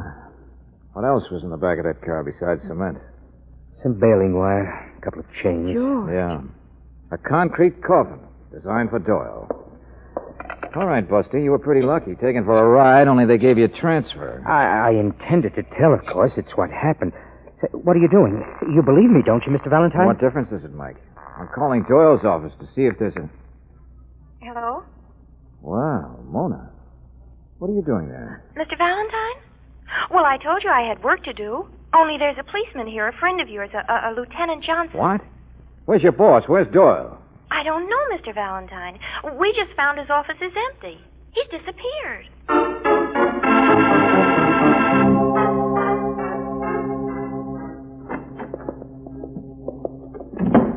Happy Valentine's Day, Valentine. 14 minutes after midnight, and in honor of your name, I probably won't get any sleep until the next midnight. Oh, forget it, Johnson. Now, you take, for instance, 2 thugs from Kansas City. What's that? Oh, yes, my friend. The police department's ever alert. 2 of the roughest monkeys in the Midwest showed up in town today. The 2 guys who kidnapped Frank, huh? Who else? Hired hands. Do any kind of a job without disturbing the local boys' manicures. Explains how they made a mistake. You mean the first And something else in honor of your name day. The girl here finds some more money missing. That's right, Mr. Valentine. From several of the accounts. Okay, Johnson, I didn't tell you this was a peanut case. Who in this town would hire thugs like those 2? And who'd like to get a businessman all mixed up with him so he could engineer a pipeline into a rich company's books? Sweat a man into dipping into the till for maybe a few $100,000. Then have the thugs rub him out before any link between them was found. All right. Send some boys out after Starkey Bennett. I already have. But where's Doyle? He's the kingpin. Let's find him while he can still talk. Mr. Doyle is down at the plant. Huh? Yeah, he's all right for a while. Noticed his car was gone, didn't you? Well, after you called, we found a note. He went to meet the plant manager about something. It's just business. Mr. Chandler? Yeah, take a look here, Mr. Frank. Mona, somebody at Harbor Plant phone. Says plant manager wants to see me. Urgent. Tell Gil where Here, please. What's the matter, handwriting? No, it's his, all right. But I was down at the plant in the late afternoon. I thought I told Doyle. The plant manager wasn't feeling well. He went home to go to bed. So Doyle's all right for a while, huh, Johnson? Going to meet the little man who isn't there. Come on.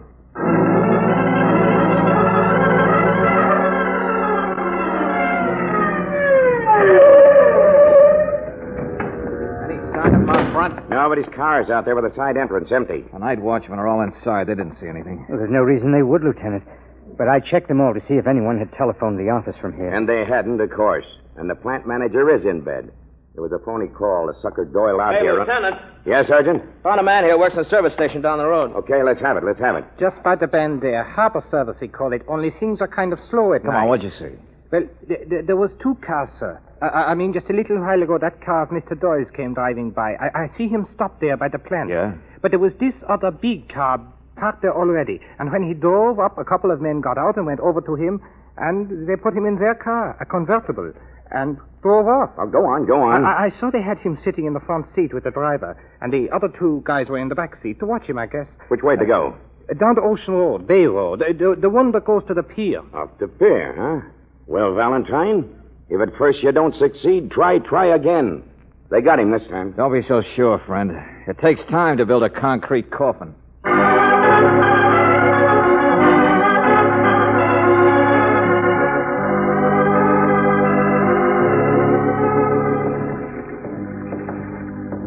Hey, you see? Dry sand where they walk out on the pier. Steps go over to the side there. Pretty shallow water to dump a guy. Oh, wait a minute. Now, take a look down here. Huh? Easy. Bastard, slippery planks. Look, the boat was tied up. They cut it loose. They got him out there someplace where it's deeper. Let me see that line. Sure. The rope's still dry where they cut it. Not even wet from the fog yet. Only we'll never be able to see far enough with a searchlight. Listen. Hear the motor out there? Well, Johnson, there's a big live bait boat here on the other side of the pier. What? Well, why didn't you say so? Let's steal it. Sergeant, where's the rest of that crew? Come on, Sergeant!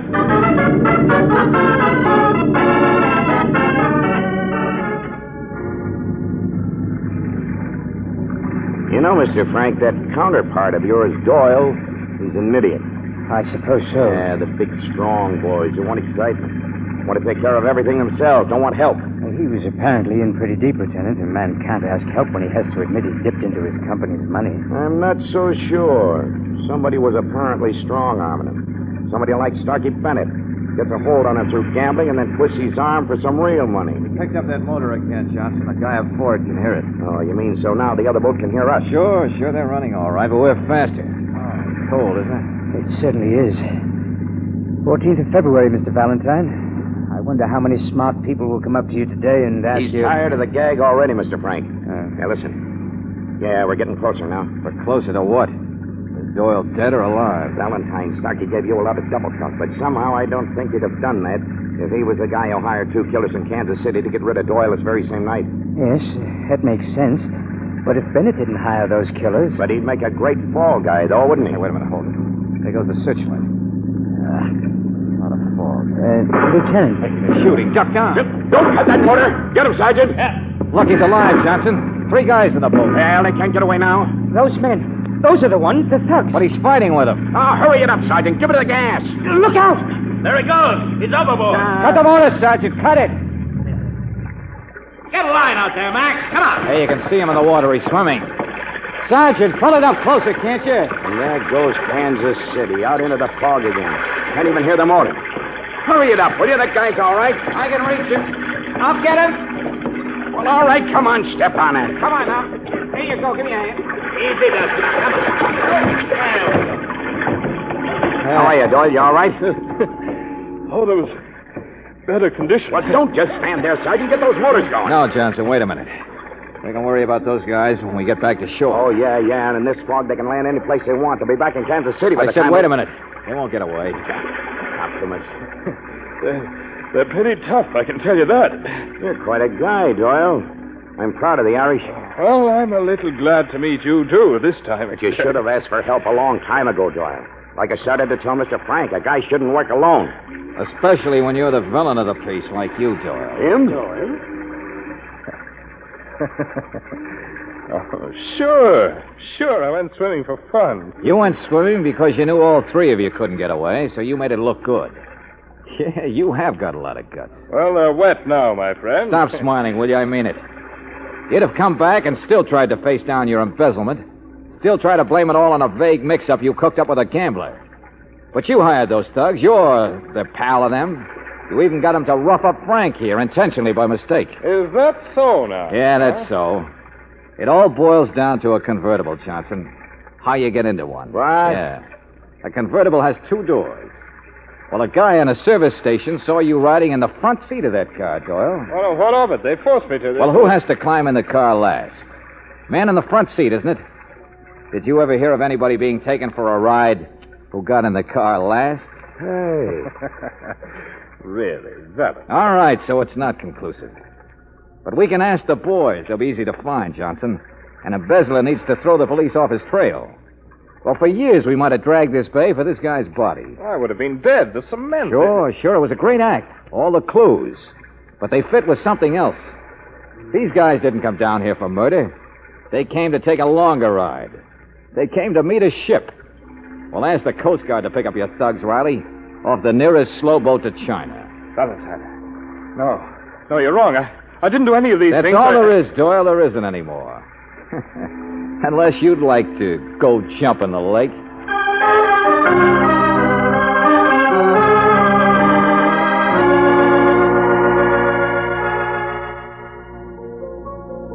Yeah, you see, Angel, Doyle did the whole thing. Intentionally got himself in trouble with Bennett. Got Bennett after him over a small gambling debt to set up a fall guy. Then he bought himself a gun and sent himself a broken gun as a threat. And then got those thugs to almost kill Mr. Frank. Sure, they admitted it when Johnson hauled them off that ship to South America. Oh, it was a neat, exciting plot, all right, up to the point where he pretended to be suckered into going down to the bay to his own death. And in concrete yet. Well, at least now I understand why he didn't want you around. I'm not so sure, Angel. I just made it more exciting for him, that's all. Well, maybe prison will cure him of his yen for thrills. But, George, it isn't finished yet. I mean, I've noticed all night people have been starting to say something else to you besides jump in the lake. They've beaten around the bush, sort of, and said it was the 14th of February. Why, Brooksy, what do you mean? But maybe none of them really want to say it. Only it is the 14th of February, and, well, I've got to get it out of my system, so. So?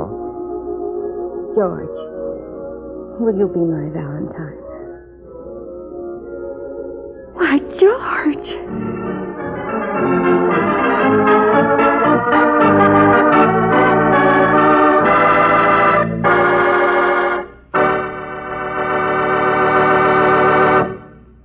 If the tread on your tires is almost gone, don't take chances. Get new Atlas Grip Safe tires now. Your present tires, worn as they are far more valuable for a trade-in than they will be after another month's driving. So, for both economy and peace of mind, why not pull in at a standard station or an independent Chevron gas station tomorrow? They can supply you with those famous Atlas tires. Famous? You bet they are. Across the country, millions of motorists know that Atlas Grip Safe tires have the wider, flatter tread that puts more tire surface on the road. They know the broader surface lets the tire edges do a better, safer, skid-resisting job. And they probably know that Atlas tires have special cooling vents that reduce tire heat and blowout danger. On top of all, with each new Atlas tire, you get a year's written warranty against tire damage from any road hazard. And this warranty is honored by 38,000 Atlas tire dealers from coast to coast, many of whom are open 24 hours a day. So play safe. Get those tires tomorrow. It's another protective service offered you at independent Chevron gas stations and standard stations where they say and mean we take better care of your car.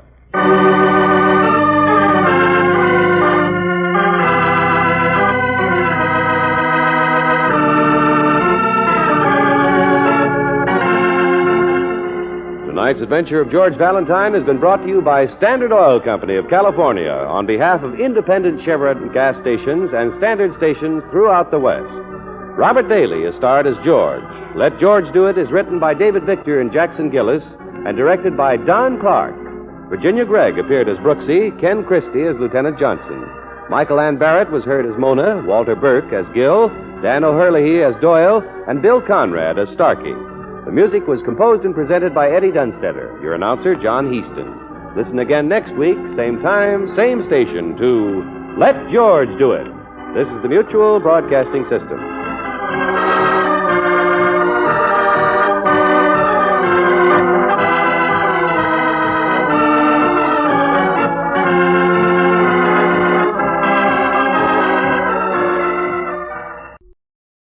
Welcome back. Go jump in the lake. A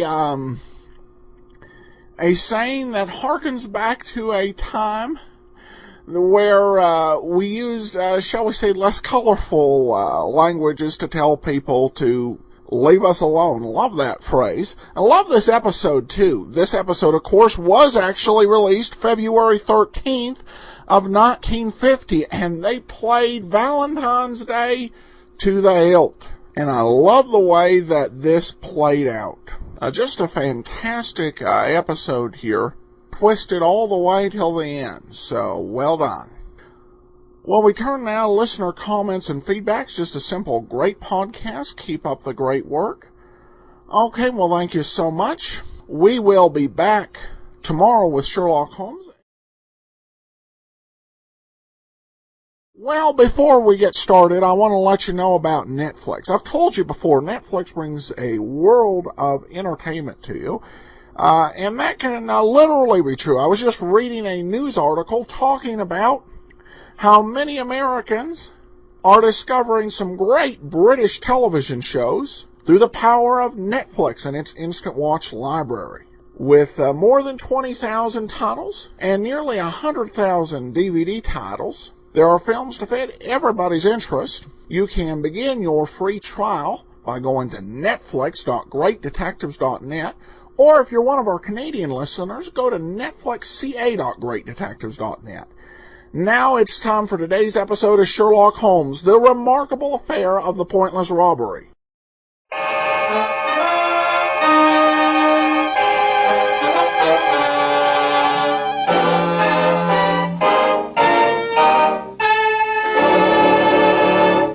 Kreml Hair Tonic and Kreml Shampoo present the new adventures of Sherlock Holmes, starring Nigel Bruce as Dr. Watson and Tom Conway as Sherlock Holmes.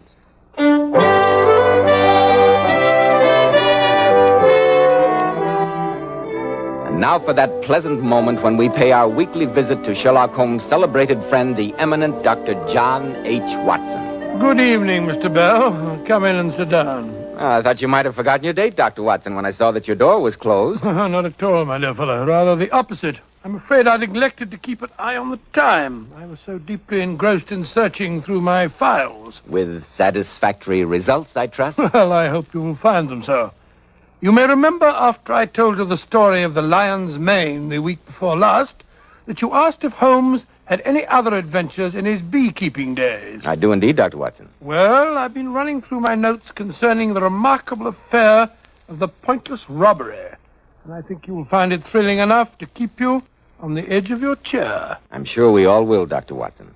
But first, men, I'm sure you'll be interested to hear why Kreml Hair Tonic is preferred among America's most prosperous and successful men. Kreml keeps hair handsomely groomed from morning until night, just the way you combed it in the morning. Kreml contains a special combination of hair grooming ingredients which is found in no other hair tonic. This wonderful, natural-looking hairdressing has just enough light oil to keep hair perfectly groomed with an attractive, healthy-looking luster. Yet Kreml never leaves the hair looking or feeling greasy or sticky. Kreml always looks and feels so clean on both hair and scalp. Be sure to try it, men. Kreml, Kreml Hair Tonic. Now, Dr. Watson, what's the story of the pointless robbery? Well, it all began, Mr. Bell, on a delightful summer morning in August 1913. I was spending the first day of a week's holiday visiting Holmes at the small farm on the South Downs to which he'd retired and where he was devoting himself to nothing more serious than the raising of bees. I must say, Holmes, that the quality of breakfast here convinces me that I've discovered the real reason for your devotion to rustic life. A very sound deduction, Watson. And there's much to be said for the peaceful atmosphere of the countryside after the noisy hubbub of London. A peace which I fear may be only too transient, Watson. I suggest that you omit reading the morning paper during your stay. All that talk of war in Europe, you mean? Nonsense, Holmes. In this year of our Lord, 1913... no civilized nation would dream of resorting to the outmoded fallacies of armed force. I trust you're right, Watson. I trust you're right. But, I say, Holmes, you've got a visitor. Somebody's coming up the path. It's Mr. Kenmore, the rector of our local church. Another donation is indicated, no doubt. It would take the national budget to keep the church's ancient organ in good repair. Be a good fellow, Watson, and open the door while I refill the teapot. That you are, Holmes.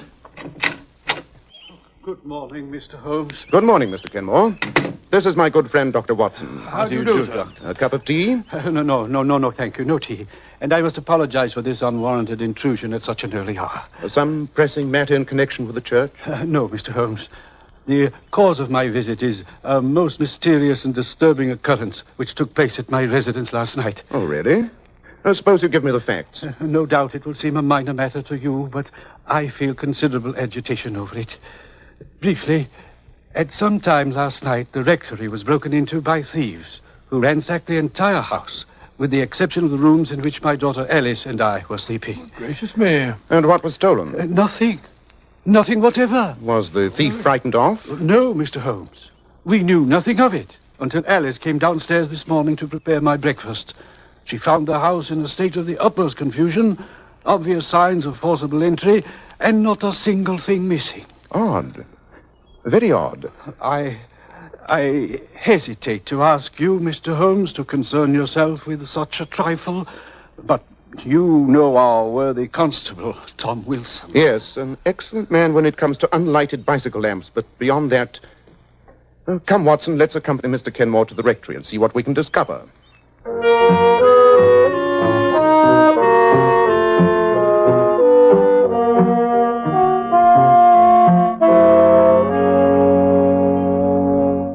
So you see, Mr. Holmes, as Father told you, absolutely nothing seems to be missing. Not that the possessions of a country rector are of such great value. Nevertheless, that silver service on the sideboard would undoubtedly attract any thief's eye. A family inheritance, Mr. Holmes. One of my few valuables. I see that you've got quite a large library, Mr. Kenmore. Any books of great value there? Not at all, Dr. Watson. Sound suggestion, though, Watson. Oh, This French window, which gives onto the garden, seems to be where the thief made his entry. Quite. A circle of glass cut out of one of the panes. Then a gloved hand reaching in to turn the key. A gloved hand, Mr. Holmes? Undoubtedly, my dear. The blurred impressions are quite characteristic. And now that you've seen everything, Mr. Holmes, what do you make of it? It presents a most interesting problem, Mr. Kenmore. The disorder of the rooms would indicate a search for some definite object, even though you assure me that you know of nothing of value in your possession. And we must wait for developments. I think you and your daughter should most certainly be on your guard against the thief's return. You really think there is... Mr. Kenmore, my friend is apt to see criminals behind every bush, the natural result of a lifelong career. Perhaps, Watson, perhaps. Well, we must be getting along. I wonder, Mr. Holmes, if you and Dr. Watson would do me a great favor before you go. Of course, if it's in our power. Well, what is it? Would you think me too bold if I asked you to let me take a snapshot of you both? Really, Alice. I gave Alice a camera for her birthday last week, Mr. Holmes, and ever since then she's been making life miserable for everyone. I'm sure you could find two handsomer subjects, my dear. But Watson and I will be glad to have you immortalize our features. Yes, of course, naturally. Oh, thank you, Mr. Holmes.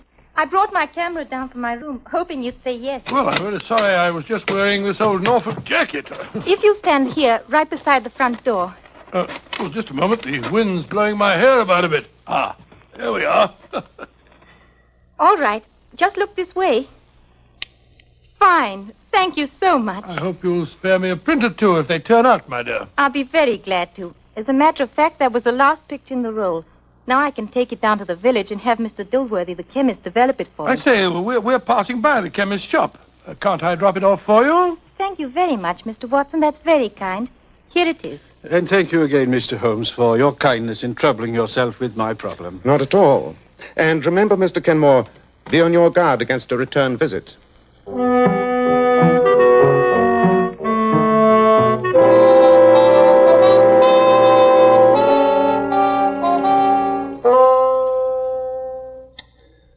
Looks to me as though you're falling asleep over your book, Watson. What's it? Well, I must admit, Holmes, that the combination of country air and that excellent dinner had a very soporific effect on me. Oh, don't apologize. We country dwellers keep early hours. Certainly different from the old days in Baker Street. I'm surprised that you don't miss the excitement of the chase, Holmes. Professor Moriarty was the spice who kept the daily routine from becoming monotonous. But apparently he, too, seems to be in retirement. Oh, have you any news of him, Holmes? The last I heard, Scotland Yard had him fairly definitely located in South America. South America, huh? Which would indicate to anyone knowing the professor as well as I do that he may be anywhere on the face of the globe with the exception of South America. Well, old fella, I'm going upstairs to sleep. What the devil's that? The church bell. Come on, Watson. There must be something wrong at the rectory.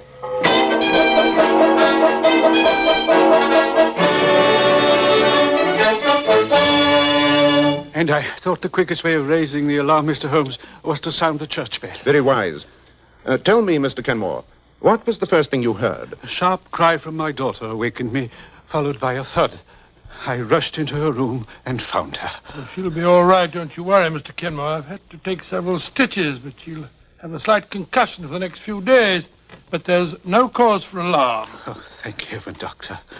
When I rushed in and saw her lying on the floor... Her assailant had fled by the time you entered? The open window showed only too clearly the miscreant's path. Well, you keep her in bed for a few days, give her a light diet, and she'll be right as rain.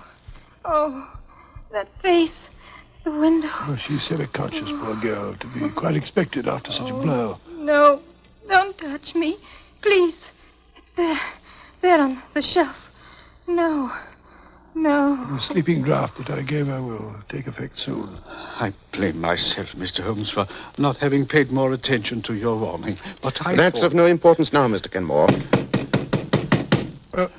What's that? Someone at the door. Pardon me. Wilson, high time you got here. You received my message? Oh, take your message as has brought me here, Mr. Kenmore. Worthy Constable Watson. There's been worse things happening in the village. What is it, Wilson? Oh, good evening, Mr. Holmes. Oh, there's fair devil's work afoot tonight. Oh, come, my man. What's up? Well, it's Mr. Dilworthy, the chemist. Well, what about him? In his rooms where he lives, back of his shop. Dead. Lying there on the floor with his head crushed in something savage. Dilworthy? How horrible. Some prowling thief? No. Oh, no, sir. With the cash box sitting there in plain sight. with £4 and some odd shillings plain to see and not a penny touched. Dilworthy, wait a moment. The ransacking of this house, the attack on Miss Alice, and now this. There's only one common denominator which applies to all three. I don't understand, Mr. Holmes. That film from Alice's camera, Watson. After we left here this morning and went to the village, you left it at Dilworthy's? Of course, it's got a... matter of fact, Holmes, I'm afraid I forgot all about it. Here's the roll in my pocket. I must apologize to Miss Alice. Not a bit of it, Watson. What do you mean, not a bit of it, Watson? I'm convinced that roll of film holds the solution of the mysterious events of the past 24 hours. And due to your convenient lapse of memory, we are in possession of the prize. But what prize are we in possession of? That, Watson, remains to be seen. Come, we just have time to catch the late train for London. A visit to Scotland Yard's laboratory will reveal the precious secret which that film is evidently concealing.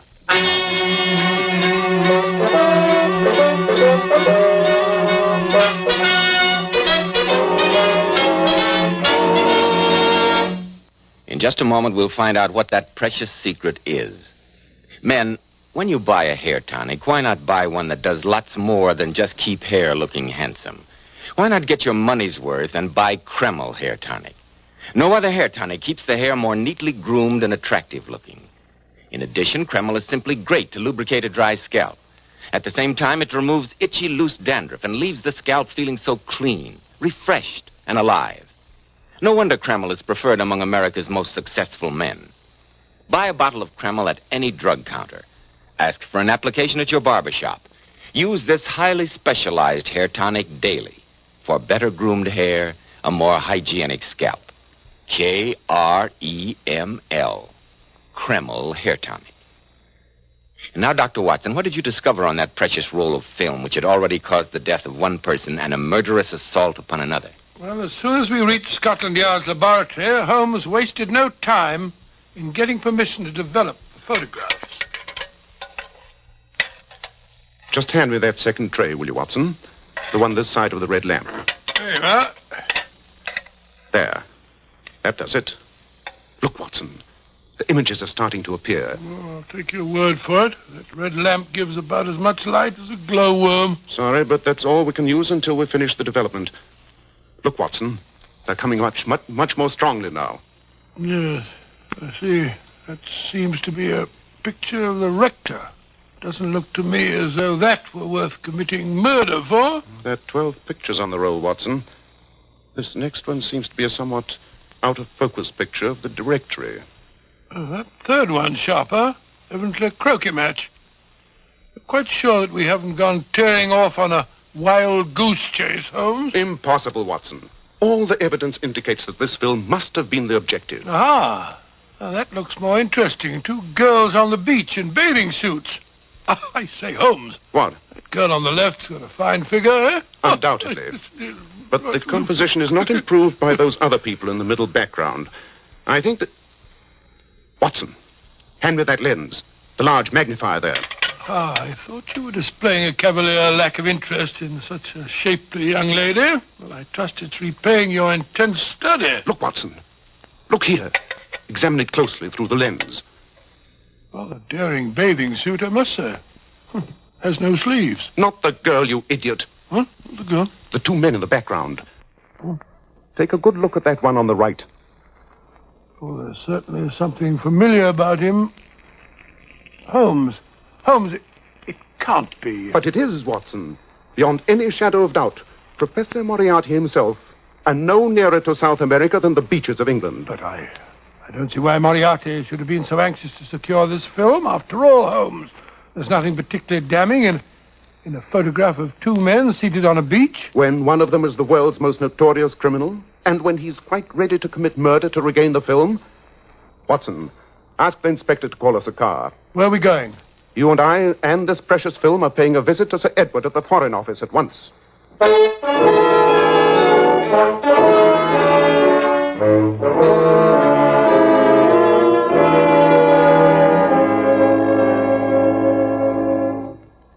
Your deduction was absolutely sound, Holmes. You recognize Moriarty's companion, then, Sir Edward? Beyond any question. He goes by many names, but our files would indicate that the real one is von Schäling.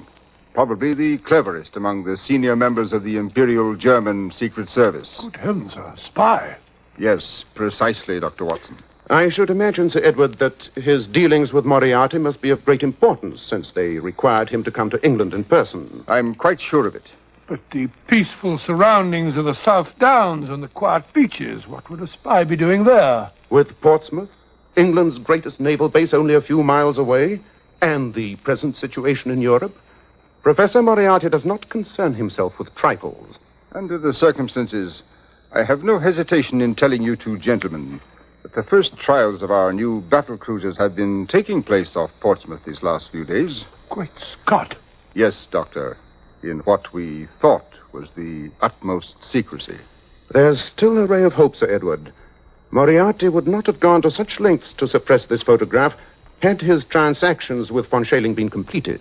Do you mean, Holmes, that there may still be time to forestall him? Dr. Watson and I will do whatever is in our power, Sir Edward.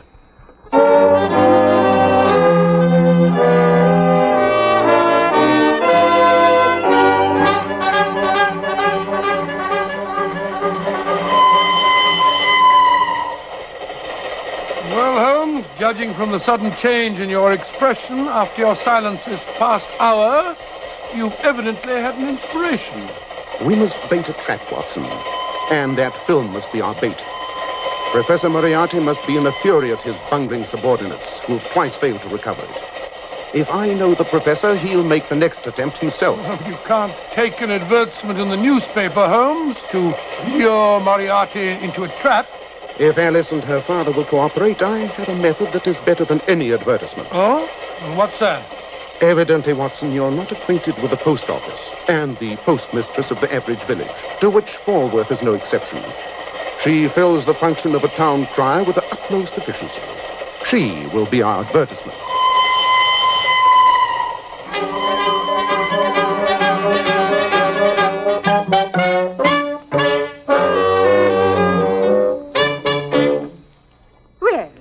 Good morning, Mr. Kenmore. And how are you this fine morning? And how is poor Miss Alice coming along? Very well indeed, thank you, Mrs. Roberts. That's a blessing. And what can I do for you today? A shilling's worth of penny stamps, please. I do hope the young lady will be up and about again soon. We miss her cheery face. You know, Mrs. Roberts, there was an odd thing about that robbery at the rectory. What was that? All the intruder took was Alice's camera. Fancy that. After he struck her down. Not a very valuable bit of loot. No, indeed. Alice is glad she happened to remove the film that very afternoon. It's still on the library desk. Is it really now? I must remember to have it developed. Well, it's a mercy that nothing worse happened. Oh, I almost forgot. Here's your stamps, Mr. Kenmore.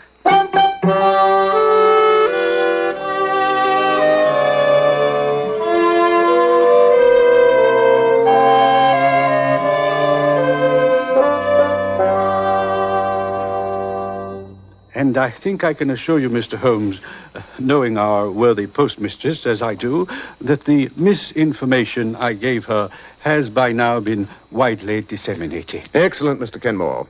And I appreciate what you and Alice have been willing to risk on behalf of your country. At least the falsehood I told was in a worthy cause. I only wish Dr. Watson would let me get out of bed and come downstairs into the library with you when you take up your vigil tonight.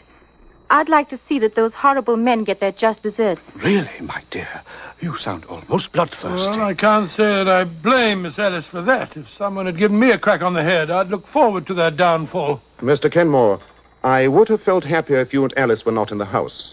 But with my knowledge of Moriarty, I fear that he may have the place under observation, and the departure of you and your daughter might make him suspicious. Is that why you and Dr. Watson are wearing those filthy farmer's clothes, Mr. Holmes? Precisely, my dear. 8 o'clock. Time we were beginning our vigil. Mr. Kenmore, you will remain on guard with Alice here in her room. No matter what happens in the library, this is your post of duty. Very well, Mr. Holmes. You have your service revolver, Watson? Certainly. Come then. We must be concealed and in readiness for our visitor at whatever hour he may arrive.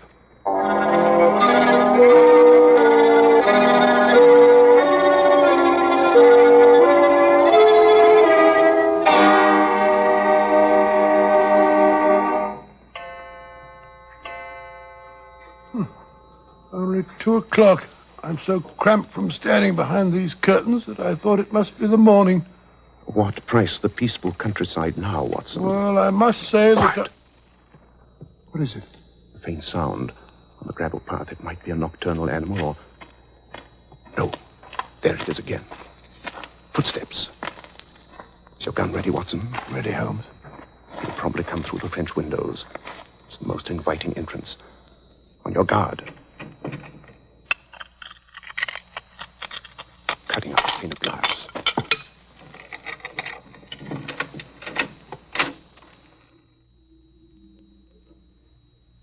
Don't move. We've got you covered.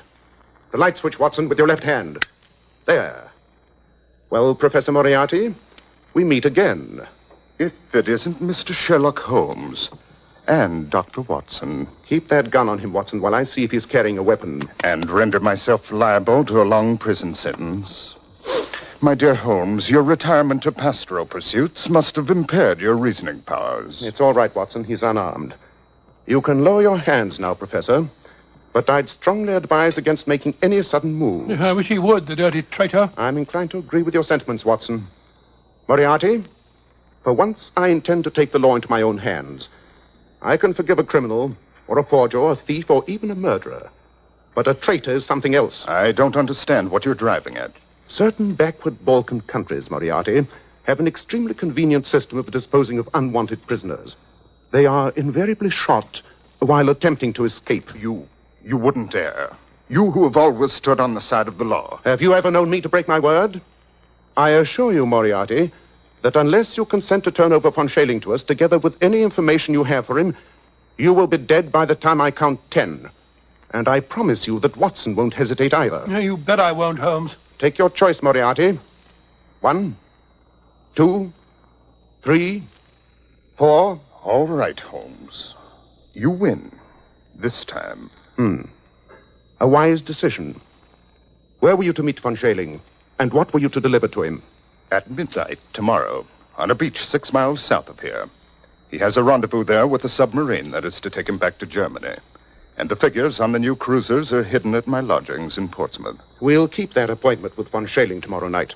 And to make sure that you have no chance for further treachery, you'll remain with us until he's in our hands.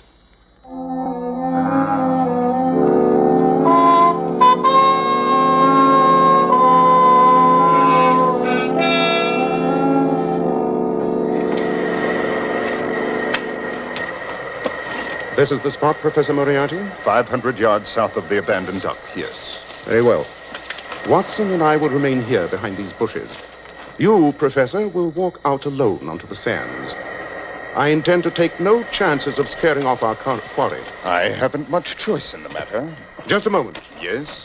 Remember that we have you in plain sight, that the moonlight is strong, and that the slightest sign of treachery will be the signal for your well-deserved execution. I won't forget, Mr. Holmes. I hate to think of his going scot-free, Holmes. You cannot hate it more than I do, Watson. But letting him go free is a cheap price to pay for the scotching of his plans and the capture of von Schailing. Here comes a car. This must be von Schailing. No one else would be on this deserted road at this hour of night. Oh, the car's stopping. There's only one man in it. He's getting out. It is von Schailing. Ah, Herr Professor. I knew I could depend on you. Right, Watson. Put up your hands, you. The devil... Look out, Watson! Quick work, Watson. Oh, curse you, Moriarty. You have betrayed me. Precisely, Herr von Schailing. But why should the fact that a traitor will engage in a double betrayal surprise you? He'll be all right, Holmes. Hiding a nasty flesh wound in his leg. Well, Mr. Holmes, you have the papers and the spy. I've kept my part of the bargain. Now you keep yours. Don't worry, Moriarty, I shall. But you can count yourself lucky that the stakes for which we were playing were far more value than your traitorous life. I promise you that next time we meet, you will pay your long overdue reckoning. I shall look forward to it. Au revoir. Till our next meeting. What infernal cheek. I hate to see him go free. No more than I do, Watson. Well, at least we've had the best of the bargain. Now let's load our prisoner into the car. And who are you, anyway? The devil? Oh, hardly so eminent a personage, von Schailing. My name is Sherlock Holmes. So, I might have guessed. Oh. He's fainted. Oh, just as well, perhaps. Here, Holmes, we'll put him in the back seat of the car.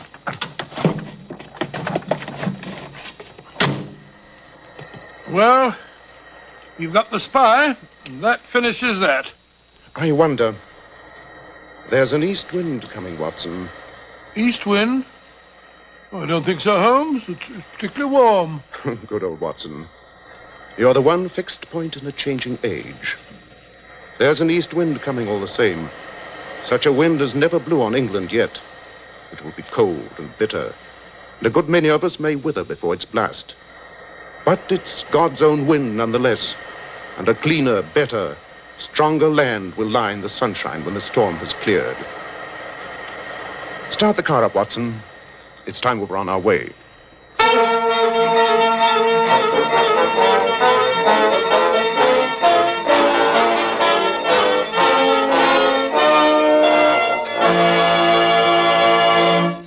And now may I introduce one of the outstanding authorities on feminine beauty. He is John Robert Powers, who has received hundreds of thousands of requests from girls all over the country, girls wishing to join his exclusive Powers Girls. And now, especially transcribed, Mr. John Robert Powers. Good evening, friends. I'm very happy tonight to bring along one of my very attractive Powers girls, Miss Pat Fordyce. And maybe we can coax Pat to tell us what she considers one of the most important requirements of a Powers girl. How about it, Pat? Well, I think one of the most important requisites is lovely, shining, bright hair. Hair that reflects natural, glossy luster and highlights. I certainly agree, Pat. And I heartily agree with you about using Kreml shampoo. Yes, Pat, I advise all my Powers girls to use Kreml shampoo. In my opinion, no other shampoo leaves the hair more radiant with such natural gloss and highlights. Why, I've interviewed hundreds of girls with beautiful faces, but with such dull, lifeless-looking hair. Then after using Kreml shampoo, what a difference. Their hair emerges a vision of shining beauty. I love its rich, velvety oil base, too. A very good point, Pat, because this oil base actually helps hair from becoming dry or brittle. Kreml shampoo also whips up a wonderful, luxurious, active foam, even in the hardest water. Yes, Pat, to glamour bathe the hair, you simply can't beat Kreml shampoo.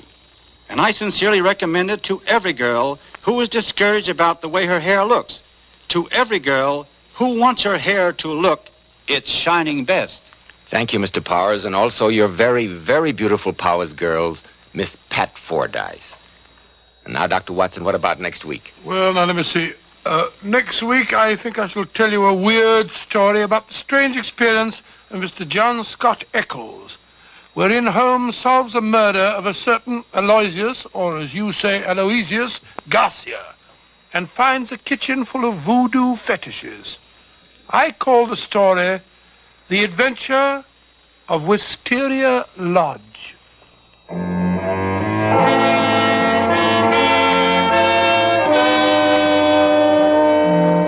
Tonight's Sherlock Holmes adventure was suggested by an incident in Sir Arthur Conan Doyle's story, His Last Bow.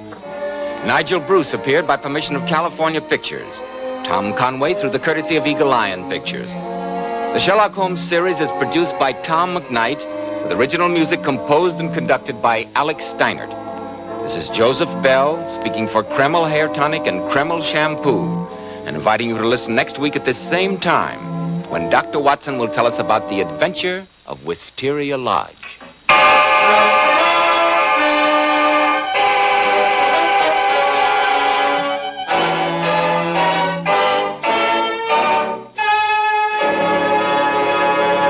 This is ABC, the American Broadcasting Company. Welcome back. Well, this one was good, and I think a worthy appearance for Professor Moriarty. I tend to be of the belief that if Moriarty shows up, it really has got to be, it's got to be something big and significant. And certainly this was. And he kind of did tip his hand that Moriarty was involved when he went ahead and started talking about Moriarty. To me, that just said to me, okay, we're going to get to see more Moriarty in this episode. I did love that quote at the end, the East Wind quote, was actually taken verbatim from the story His Last Bow. And it remains Arthur Conan Doyle's best expression of British patriotism, and of course worked its way into the first of the Universal Pictures Sherlock Holmes films from the 1940s, The Voice of Terror. All right, well, now we turn to listener comments and feedback. We got a new review on iTunes. Jeffrey says, I love this show. Adam puts in a lot of time and research, bringing us the tidbits of history for each show. As someone who is a fan of old-time radio shows, I certainly appreciate his dedication. Well, thank you so much, Jeffrey. I appreciate you listening. That'll do it for now. We will be back tomorrow with yours truly, Johnny Dollar. Well, before we get started, I want to encourage you, as you make your travel plans, remember this simple name, JohnnyDollarAir.com. JohnnyDollarAir.com is powered by Priceline, so you can either name your own price or choose from hotels, rental cars, airline tickets, and much more at special published rates. Plus, each purchase you make can help support the great detectives of old-time radio. So remember, for all your travel needs, visit JohnnyDollarAir.com first. Well, we continue our trend of having a lost episode in between each show. In this case, the Cumberland theft matter was missing, but the episode that followed it, the Leland case matter, is available. So let's go ahead and we will take a listen. This is, I should say, a rehearsal recording, and this one is kind of rough. There's some repeats of lines. So those of you who enjoy the reality of rehearsal and kind of the rawness of it, I think will enjoy it. For everybody else, just bear with us. It's the Leland case matter, and we'll take a listen. It's time now for Edmund O'Brien as Johnny Dollar. This is Mrs. Case, Mr. Dollar. Oh, yes, Mrs. Case. Thank you for calling back. Of course. Do I understand that my husband's insurance company sent you to talk to me? That's right, Mrs. Case. But who reported my husband's disappearance to them? They have to keep their eyes open, especially with a holder of a policy the size of your husband's. You aren't keeping things from me, are you? Nothing has happened that I don't know about. I'd have no reason to hold anything back, Mrs. Case. Please tell me the truth. He hasn't been found hurt or anything? No, he hasn't been found yet. But I'd like to talk to you to find out what I can do.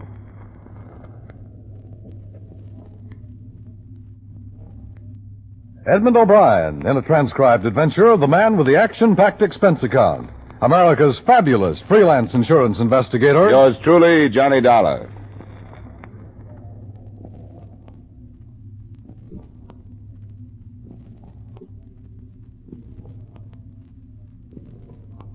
Expense account submitted by Special Investigator Johnny Dollar to Home Office, Tri-State Insurance Group, Hartford, Connecticut.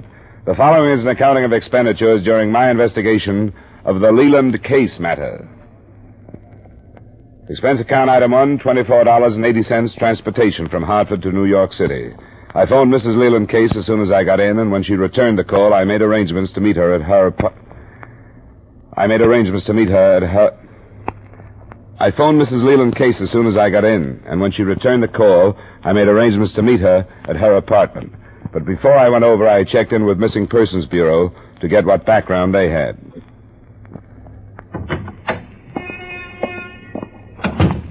Mr. Don? That's right. I'm Sergeant Dilko. Sorry to keep you waiting, but I was busy on another file. You're interested in one in Leland Case? That's the man, and I'd like to start from scratch. All I know about him is that he carries too much insurance to lead a peaceful life. That isn't a generality. Oh, what is it? I wondered if you knew. He was married before, and according to the scandal sheets, he thought his first wife tried to kill him. Something about sleeping pills and a fire, but there was no proof, so all he could do was make a public statement and divorce her. Oh, no, we didn't know that. When did this happen? About 5 years ago. Where is his first wife? I don't know, but I'll try to find out. Let us know. Here's what we have. Age 47, description, etc. Occupation, owner and manager of a statewide line of grocery stores known as Case Incorporated. Reported missing by Mrs. Leland Case day before yesterday. She said he'd been missing 2 days and knew of no reason why he should leave of his own volition.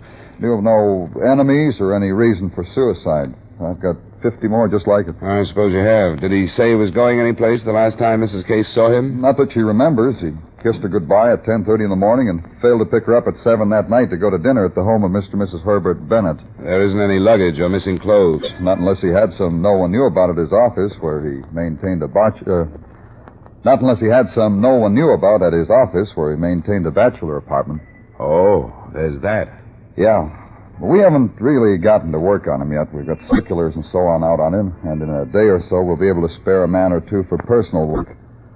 This has been a busy year for us. I wonder how that works, how one year can be worse than another. I'm not sure. I think it's the general condition of the world myself. That is, for the ones who do just drop out of sight. You know, people will put up with a lot of boredom and unhappiness during normal times. But when there's uneasiness and unrest, their sense of values change. Their sense of moral responsibility. They say, why put up with this life along with everything else? Let's have a fling. More divorces this year, and more marriages. Everybody running to take a big jump someplace, huh? The whole world. Yeah, I guess that's right. What about his current wife? What's she like? I think she's a girl that would take a long time to know. She's a lot younger. No more than 26 or 7. So the obvious reaction is to doubt her sincerity about a rich, older husband.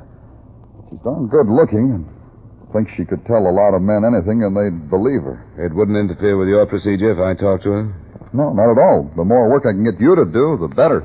Well, okay, Sergeant. Thanks for the help. I'll see what she has to say.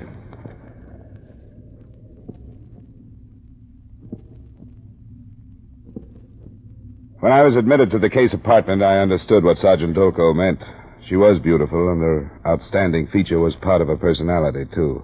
A pair of hazel eyes whose candid stare never left yours while you were talking to her. It was almost dark when I got there, and she led me to an end of the living room where a big window looked out at the lights that were snapping on all over Manhattan. I know I should appreciate what the insurance company is doing, Mr. Dollar, but sometimes I'm almost afraid of what will come to light. What do you mean, Mrs. Case? Leland's reasons for wanting to go away. I reported him missing on an impulse, and I wish I hadn't. Not for a while, at least. Then you aren't worried about him? I should have given him more time to explain it, to write or phone. Maybe there's a very logical explanation. But I'm mostly sorry because of the stories in the newspapers. I didn't read them. They make our life sound so sordid.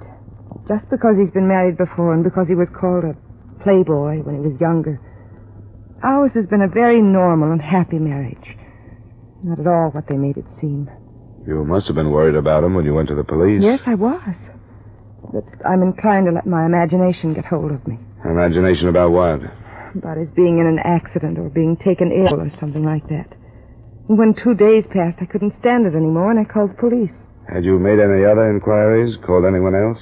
Yes, I called our lawyer the next day. The day after he didn't meet you for dinner? Yes. He told me he didn't have any idea why Leland should do a thing like that, but he said not to worry. Then when another day passed, I called him again, and he said the same thing.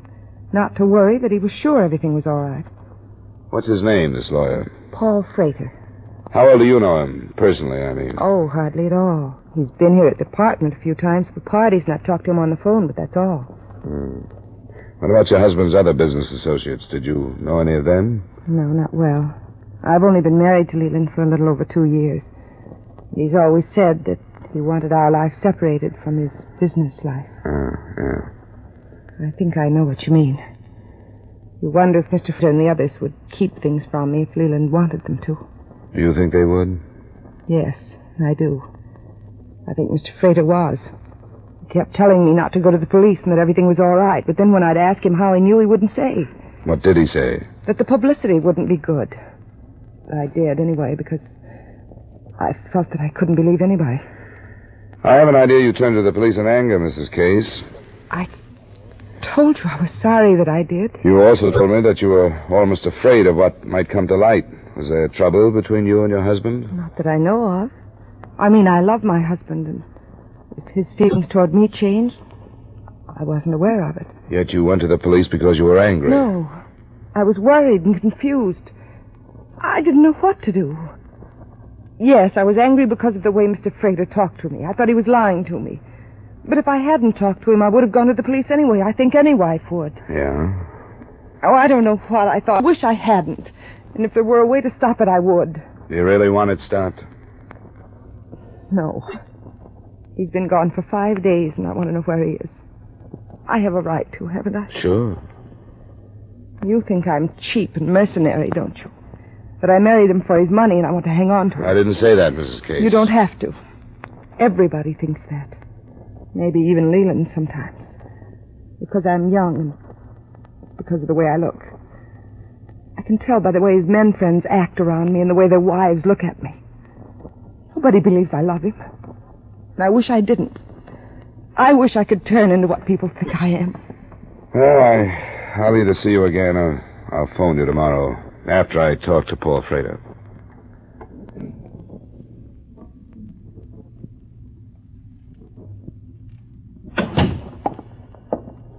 I'm sorry I had to keep you waiting. Oh, it's all right, Mr. Frater. I seem to have lost an hour this morning that I can't catch. Mr. Dollar, wasn't it? That's right. From Tri-State Insurance. Sit down. Thanks.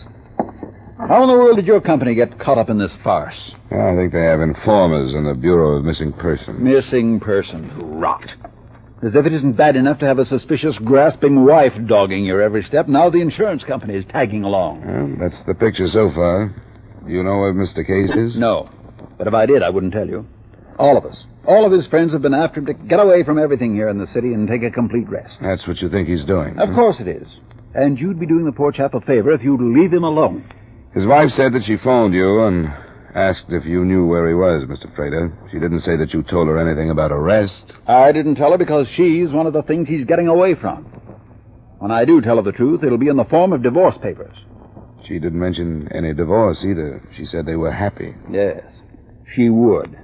The word happiness is just about the most indeterminate word you'll ever find if you take the trouble to analyze it. Ask 10 people what is necessary to the state of happiness, and you'll get 10 answers. In short, she may have been happy, but he wasn't. I take it you don't like her. I don't like leeches. Throughout his life, Leland Case has been the object of scheming women. When he was young, there were scheming mothers, and from then on, the daughters, without prompting. He married the first time against our advice, and it ended in near tragedy. Then this brainless doll stalked him down, and he did it again. We told him from the beginning that she was a huntress. Well, it appears that he's finally come to his senses. Uh-huh. Who are the we you speak of? His friends, his business associates. And, though it's none of my business, do you base your thinking on the theory that the girl is too beautiful to be good, or is there something definite? How long have you known her, Mr. Dollar? I met her yesterday. Then you'll admit that we know her better. She's a cheap beauty contest type from upstate with a high school education. Okay. What is he resting from? Work. He's been completely exhausted mentally for the past 8 months. He had to stop or he'd have collapsed. He's no figurehead, you know. He really heads that corporation.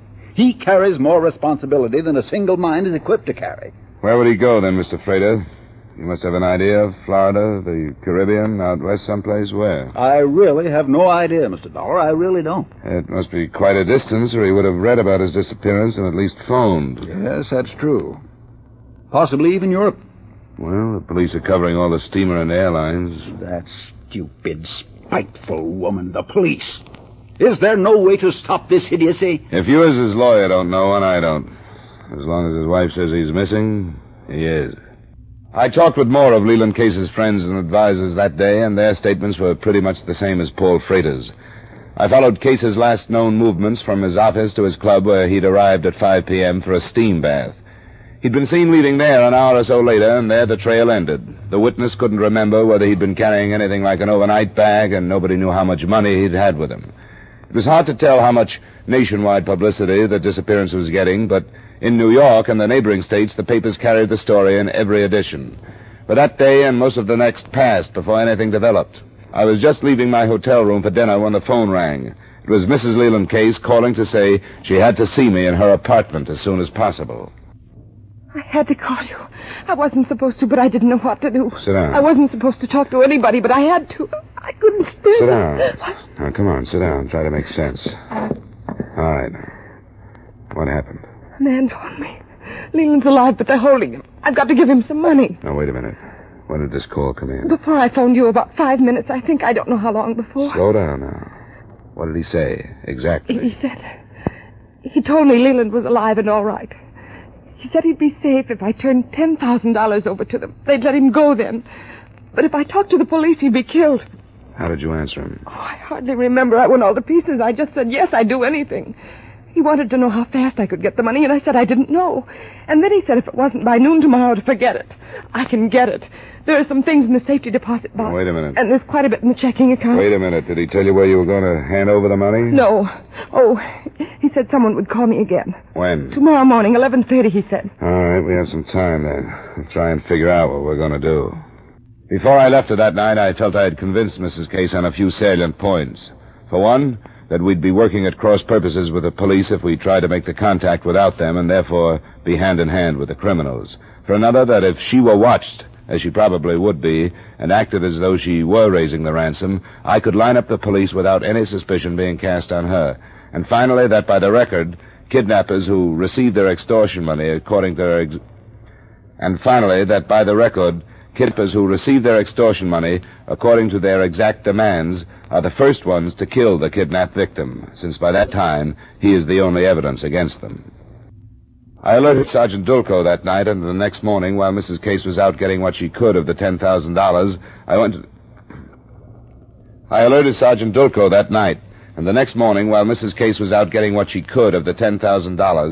went to the apartment and waited for her. I was standing next to her at 11:30 when the phone rang.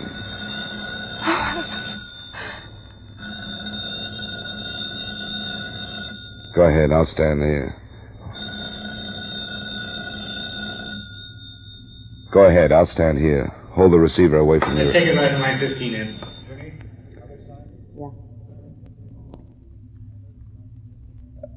I alerted Sergeant Dulco that night, and the next morning,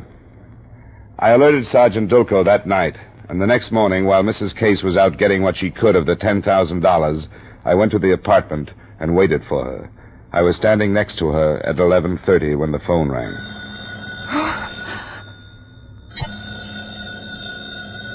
Go ahead, I'll stand here. Hold the receiver away from your ear. I want to get what I can.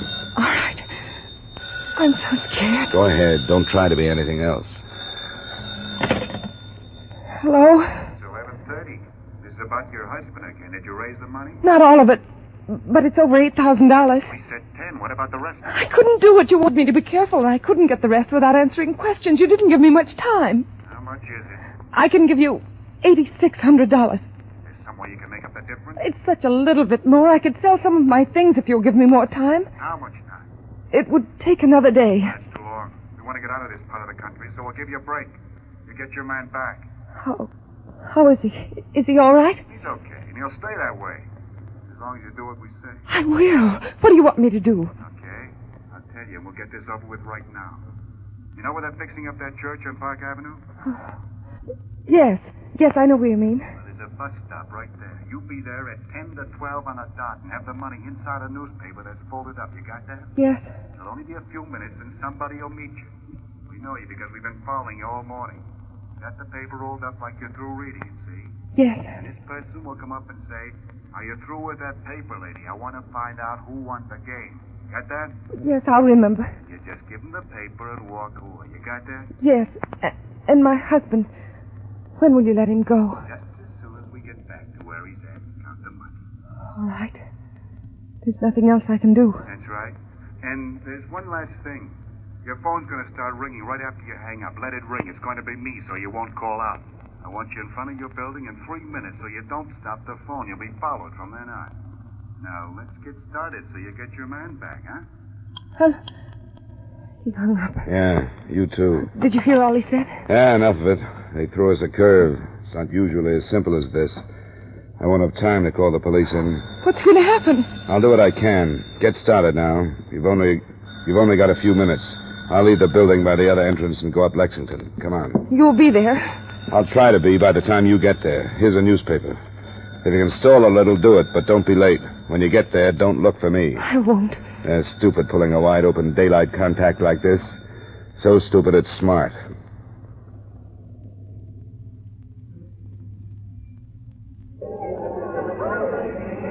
By the time I'd elbowed and pushed and run my way to the church corner, I was so winded I thought everybody on the street could hear me breathing. But I was there a little over a minute before I saw her picking her way through the crowd, face ashen gray and the folded newspaper held as though it were something alive and dangerous. When she stopped, I moved over as close to her as I dared, and I listened for the words she was waiting for. And finally, out of shoppers' chatter of Macy's and Gimbel's and so on, they came. You through that paper, lady? I want to find out who won the game. What? Oh, yes. Yes, here. Hey, wait a minute. Huh? What do you want? Hey, let go! Let go! Let me go! Come on!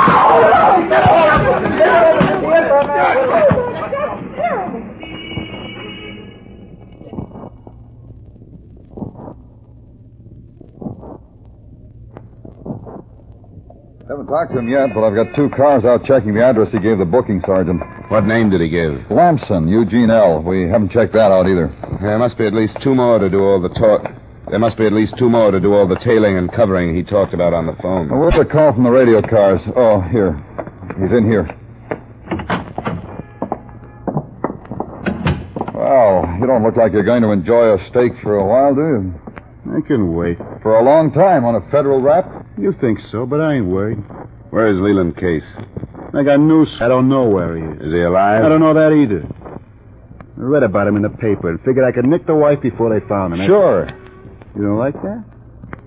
That's all you got of me, and that's all you're going to get. I wouldn't count on that. Use your head, Lamson. You know how high kidnapping comes. I've known people to get a break if they break. I don't know nothing about a kidnapping. I'm telling you straight. You mean he's dead? I mean what I said. I don't know nothing about it. Who was in it with you? Nobody was in nothing with me. I did it alone. And you know where he is? I don't know where he is. I tell you, I read it and figured I'd try to cash in. I ain't fool enough to kidnap nobody. I don't know what you're trying to pull, Lamson. It's a little late to play stupid. You told the arresting officer that all you did was ask a lady if she was through with her paper. Why didn't you stick with that story? I knew I couldn't make it whole. Then let's have the rest of it. Who contacted Mrs. Case yesterday? I did. Who followed her this morning? I did. I read about her husband and cut her picture out of the paper, went over by her place and stuck around till I saw her. And yesterday I called her on the phone and told her she could get her man back. Where is he, Lamson? I don't know. I just told her that to see if it would work. Almost did. Drop it, Lamson. You phoned her this morning at 11:30. I was there. Sure I did. Who followed her from her apartment building to that Park Avenue corner? I tell you, I did all of that. But I don't know nothing about no kidnapping. Who stood by the telephone connected to the cases to keep it busy? Nobody did. I phoned her from just on a block this morning, from a booth.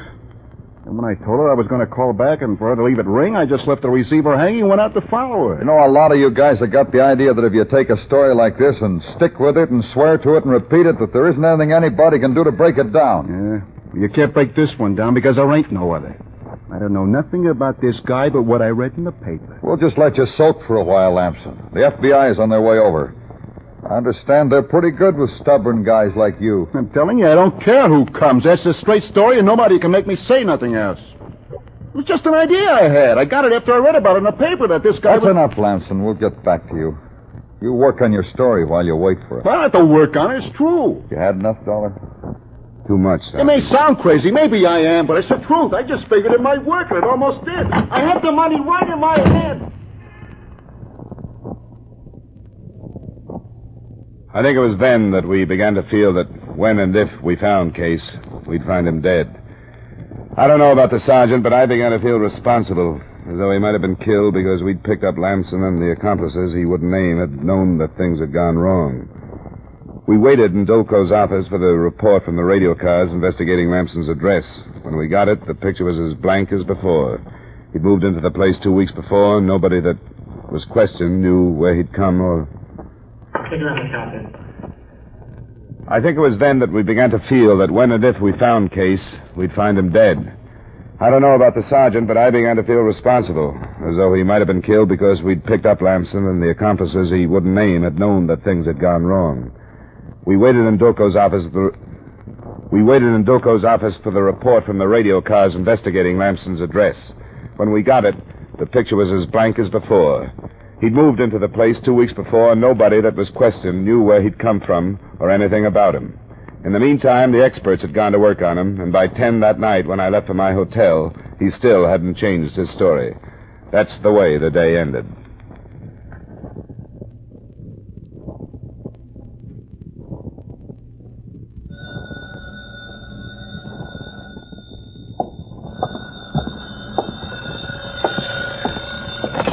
Johnny Dollar.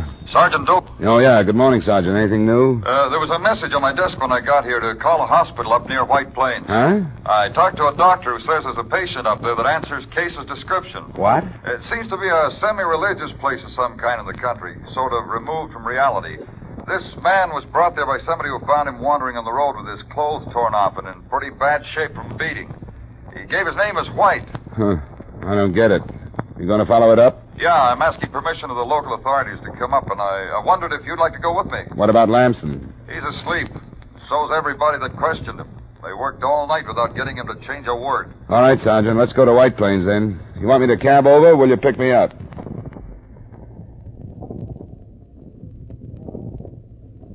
The hospital, it seemed, practiced really basic charity. Nobody who came or was brought to the door was turned away.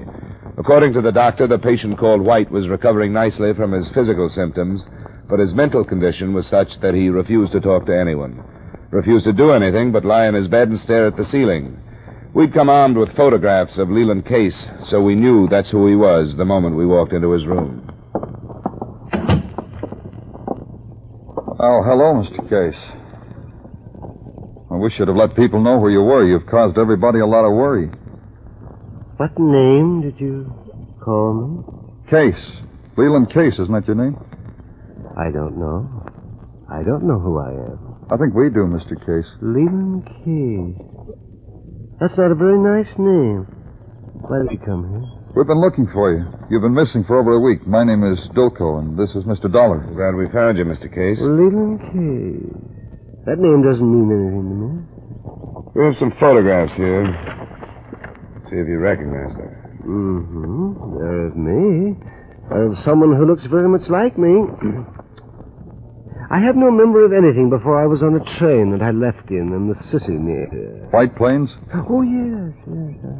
I called myself Mr. White because I remembered that. You don't remember getting on the train? No, I remember getting off late at night and wondering why I had come and where I should go.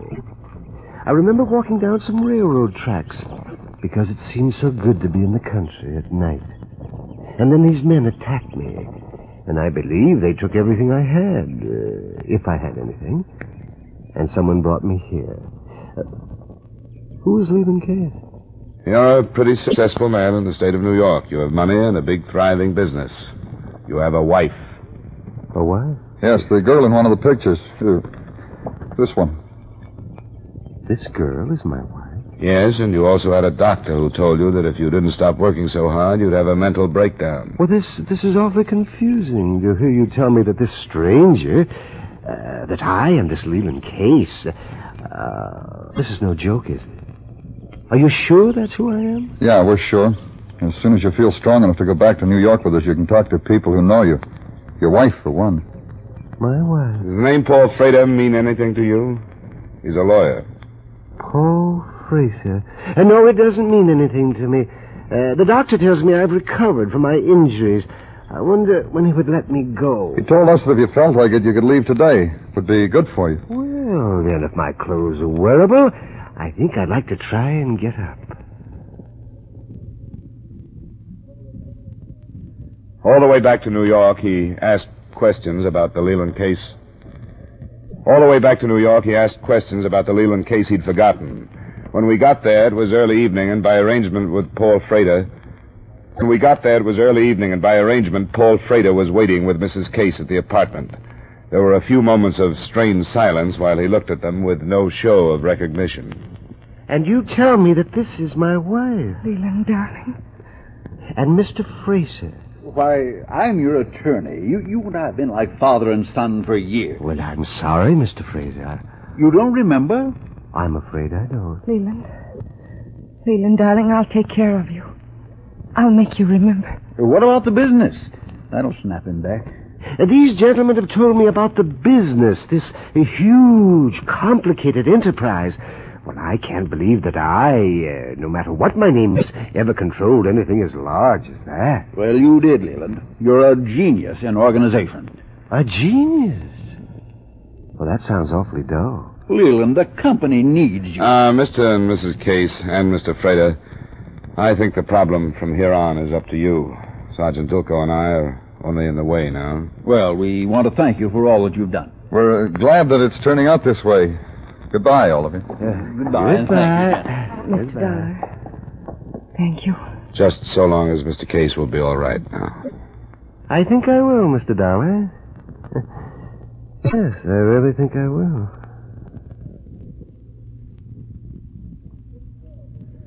I couldn't tell because the light wasn't too good, but I'm almost sure that Leland Case winked at me. If he did, it means that his memory is no longer lost, but just stashed away for the day he wants it. And I have an idea that it won't be the company that's there when it decides to find it. But as I said, the light was bad, and I'm not sure. Expense account item 2, same as item 1. Item 3, miscellaneous, $446.53. Expense account total, $496.13. Yours truly, Johnny Dollar. This is Dan Cubberly inviting you to join us next week at this time when Edmund O'Brien returns as... Yours truly, Johnny Dollar. Welcome back. Well, they throw in a happy ending every now and again to keep us guessing. A nice end to the episode. I have to say, if I was at the insurance company, this is one of those expense accounts I would be somewhat dubious of. Because Johnny spent all of 5 days in New York City investigating this. He turns in this account with about, I believe it's about $440 in miscellaneous expenses, which was probably about $3,000 or thereabouts in today's money. And he didn't really do anything that would rack up that sort of expense. Now, you always have got to have a very loose leash, but this is what I'd be like, come on. All he paid seemed to be his cab fare, maybe went half in on the gas to upstate New York. I think this would be a case of padding of the expense account. I also have to say that the guy who came up with the kidnapping scheme, where he pretended to have kidnapped the missing man, this was probably about as good as it could come out to him. He'll end up going up to prison probably for extortion. And perhaps the biggest challenge in believability was that somebody would be smart enough to think of this plan and then stupid enough to not realize what a bad idea it was. Because if the police found any way of tying him to the kidnapping and the man turned up dead, it would all be back on him. But it was still an interesting plot, and I liked how Johnny made the case for going to the police. Too often in fiction, when the criminal says, if you bring in the police, we'll kill him, nobody ever thinks of going to the police. Here, Johnny kind of got headed off by logistical problems, but I appreciate it when crime fiction shows share the actual truth about why you should go to police in those sort of instances. Well, now we turn to listener comments and feedback. Before we get into that, coming up this weekend, we have the third Mr. Wong movie, Mr. Wong in Chinatown. It's not as good as the first two, but still pretty interesting. Got some good Boris Karloff action. I think you will enjoy it, and no parental advisories whatsoever on that. Okay, well, comments. Gerald says, I only recently discovered your Johnny Dollar podcast and have been catching up on the previous podcast. I've been a fan of old-time radio since the days when E.G. Marshall hosted the CBS Radio Mystery Theater, and subsequently followed broadcasts by Chuck Shandon in Chicago and Stan Freeberg's syndicated broadcast. However, I find your comments teach me a lot that I don't know about the broadcast. Keep up the good work. From Gerald Pine over in Tucson. Thank you so much, Gerald. Jay-Z asked an interesting question. I'm curious as to why so many of the shows make a point of stating that they are transcribed. Another transcribed adventure of. In such sparse credit sequence, it seems like a lot of detail to include. I'm going to speculate here, and I'll be honest that I'm speculating.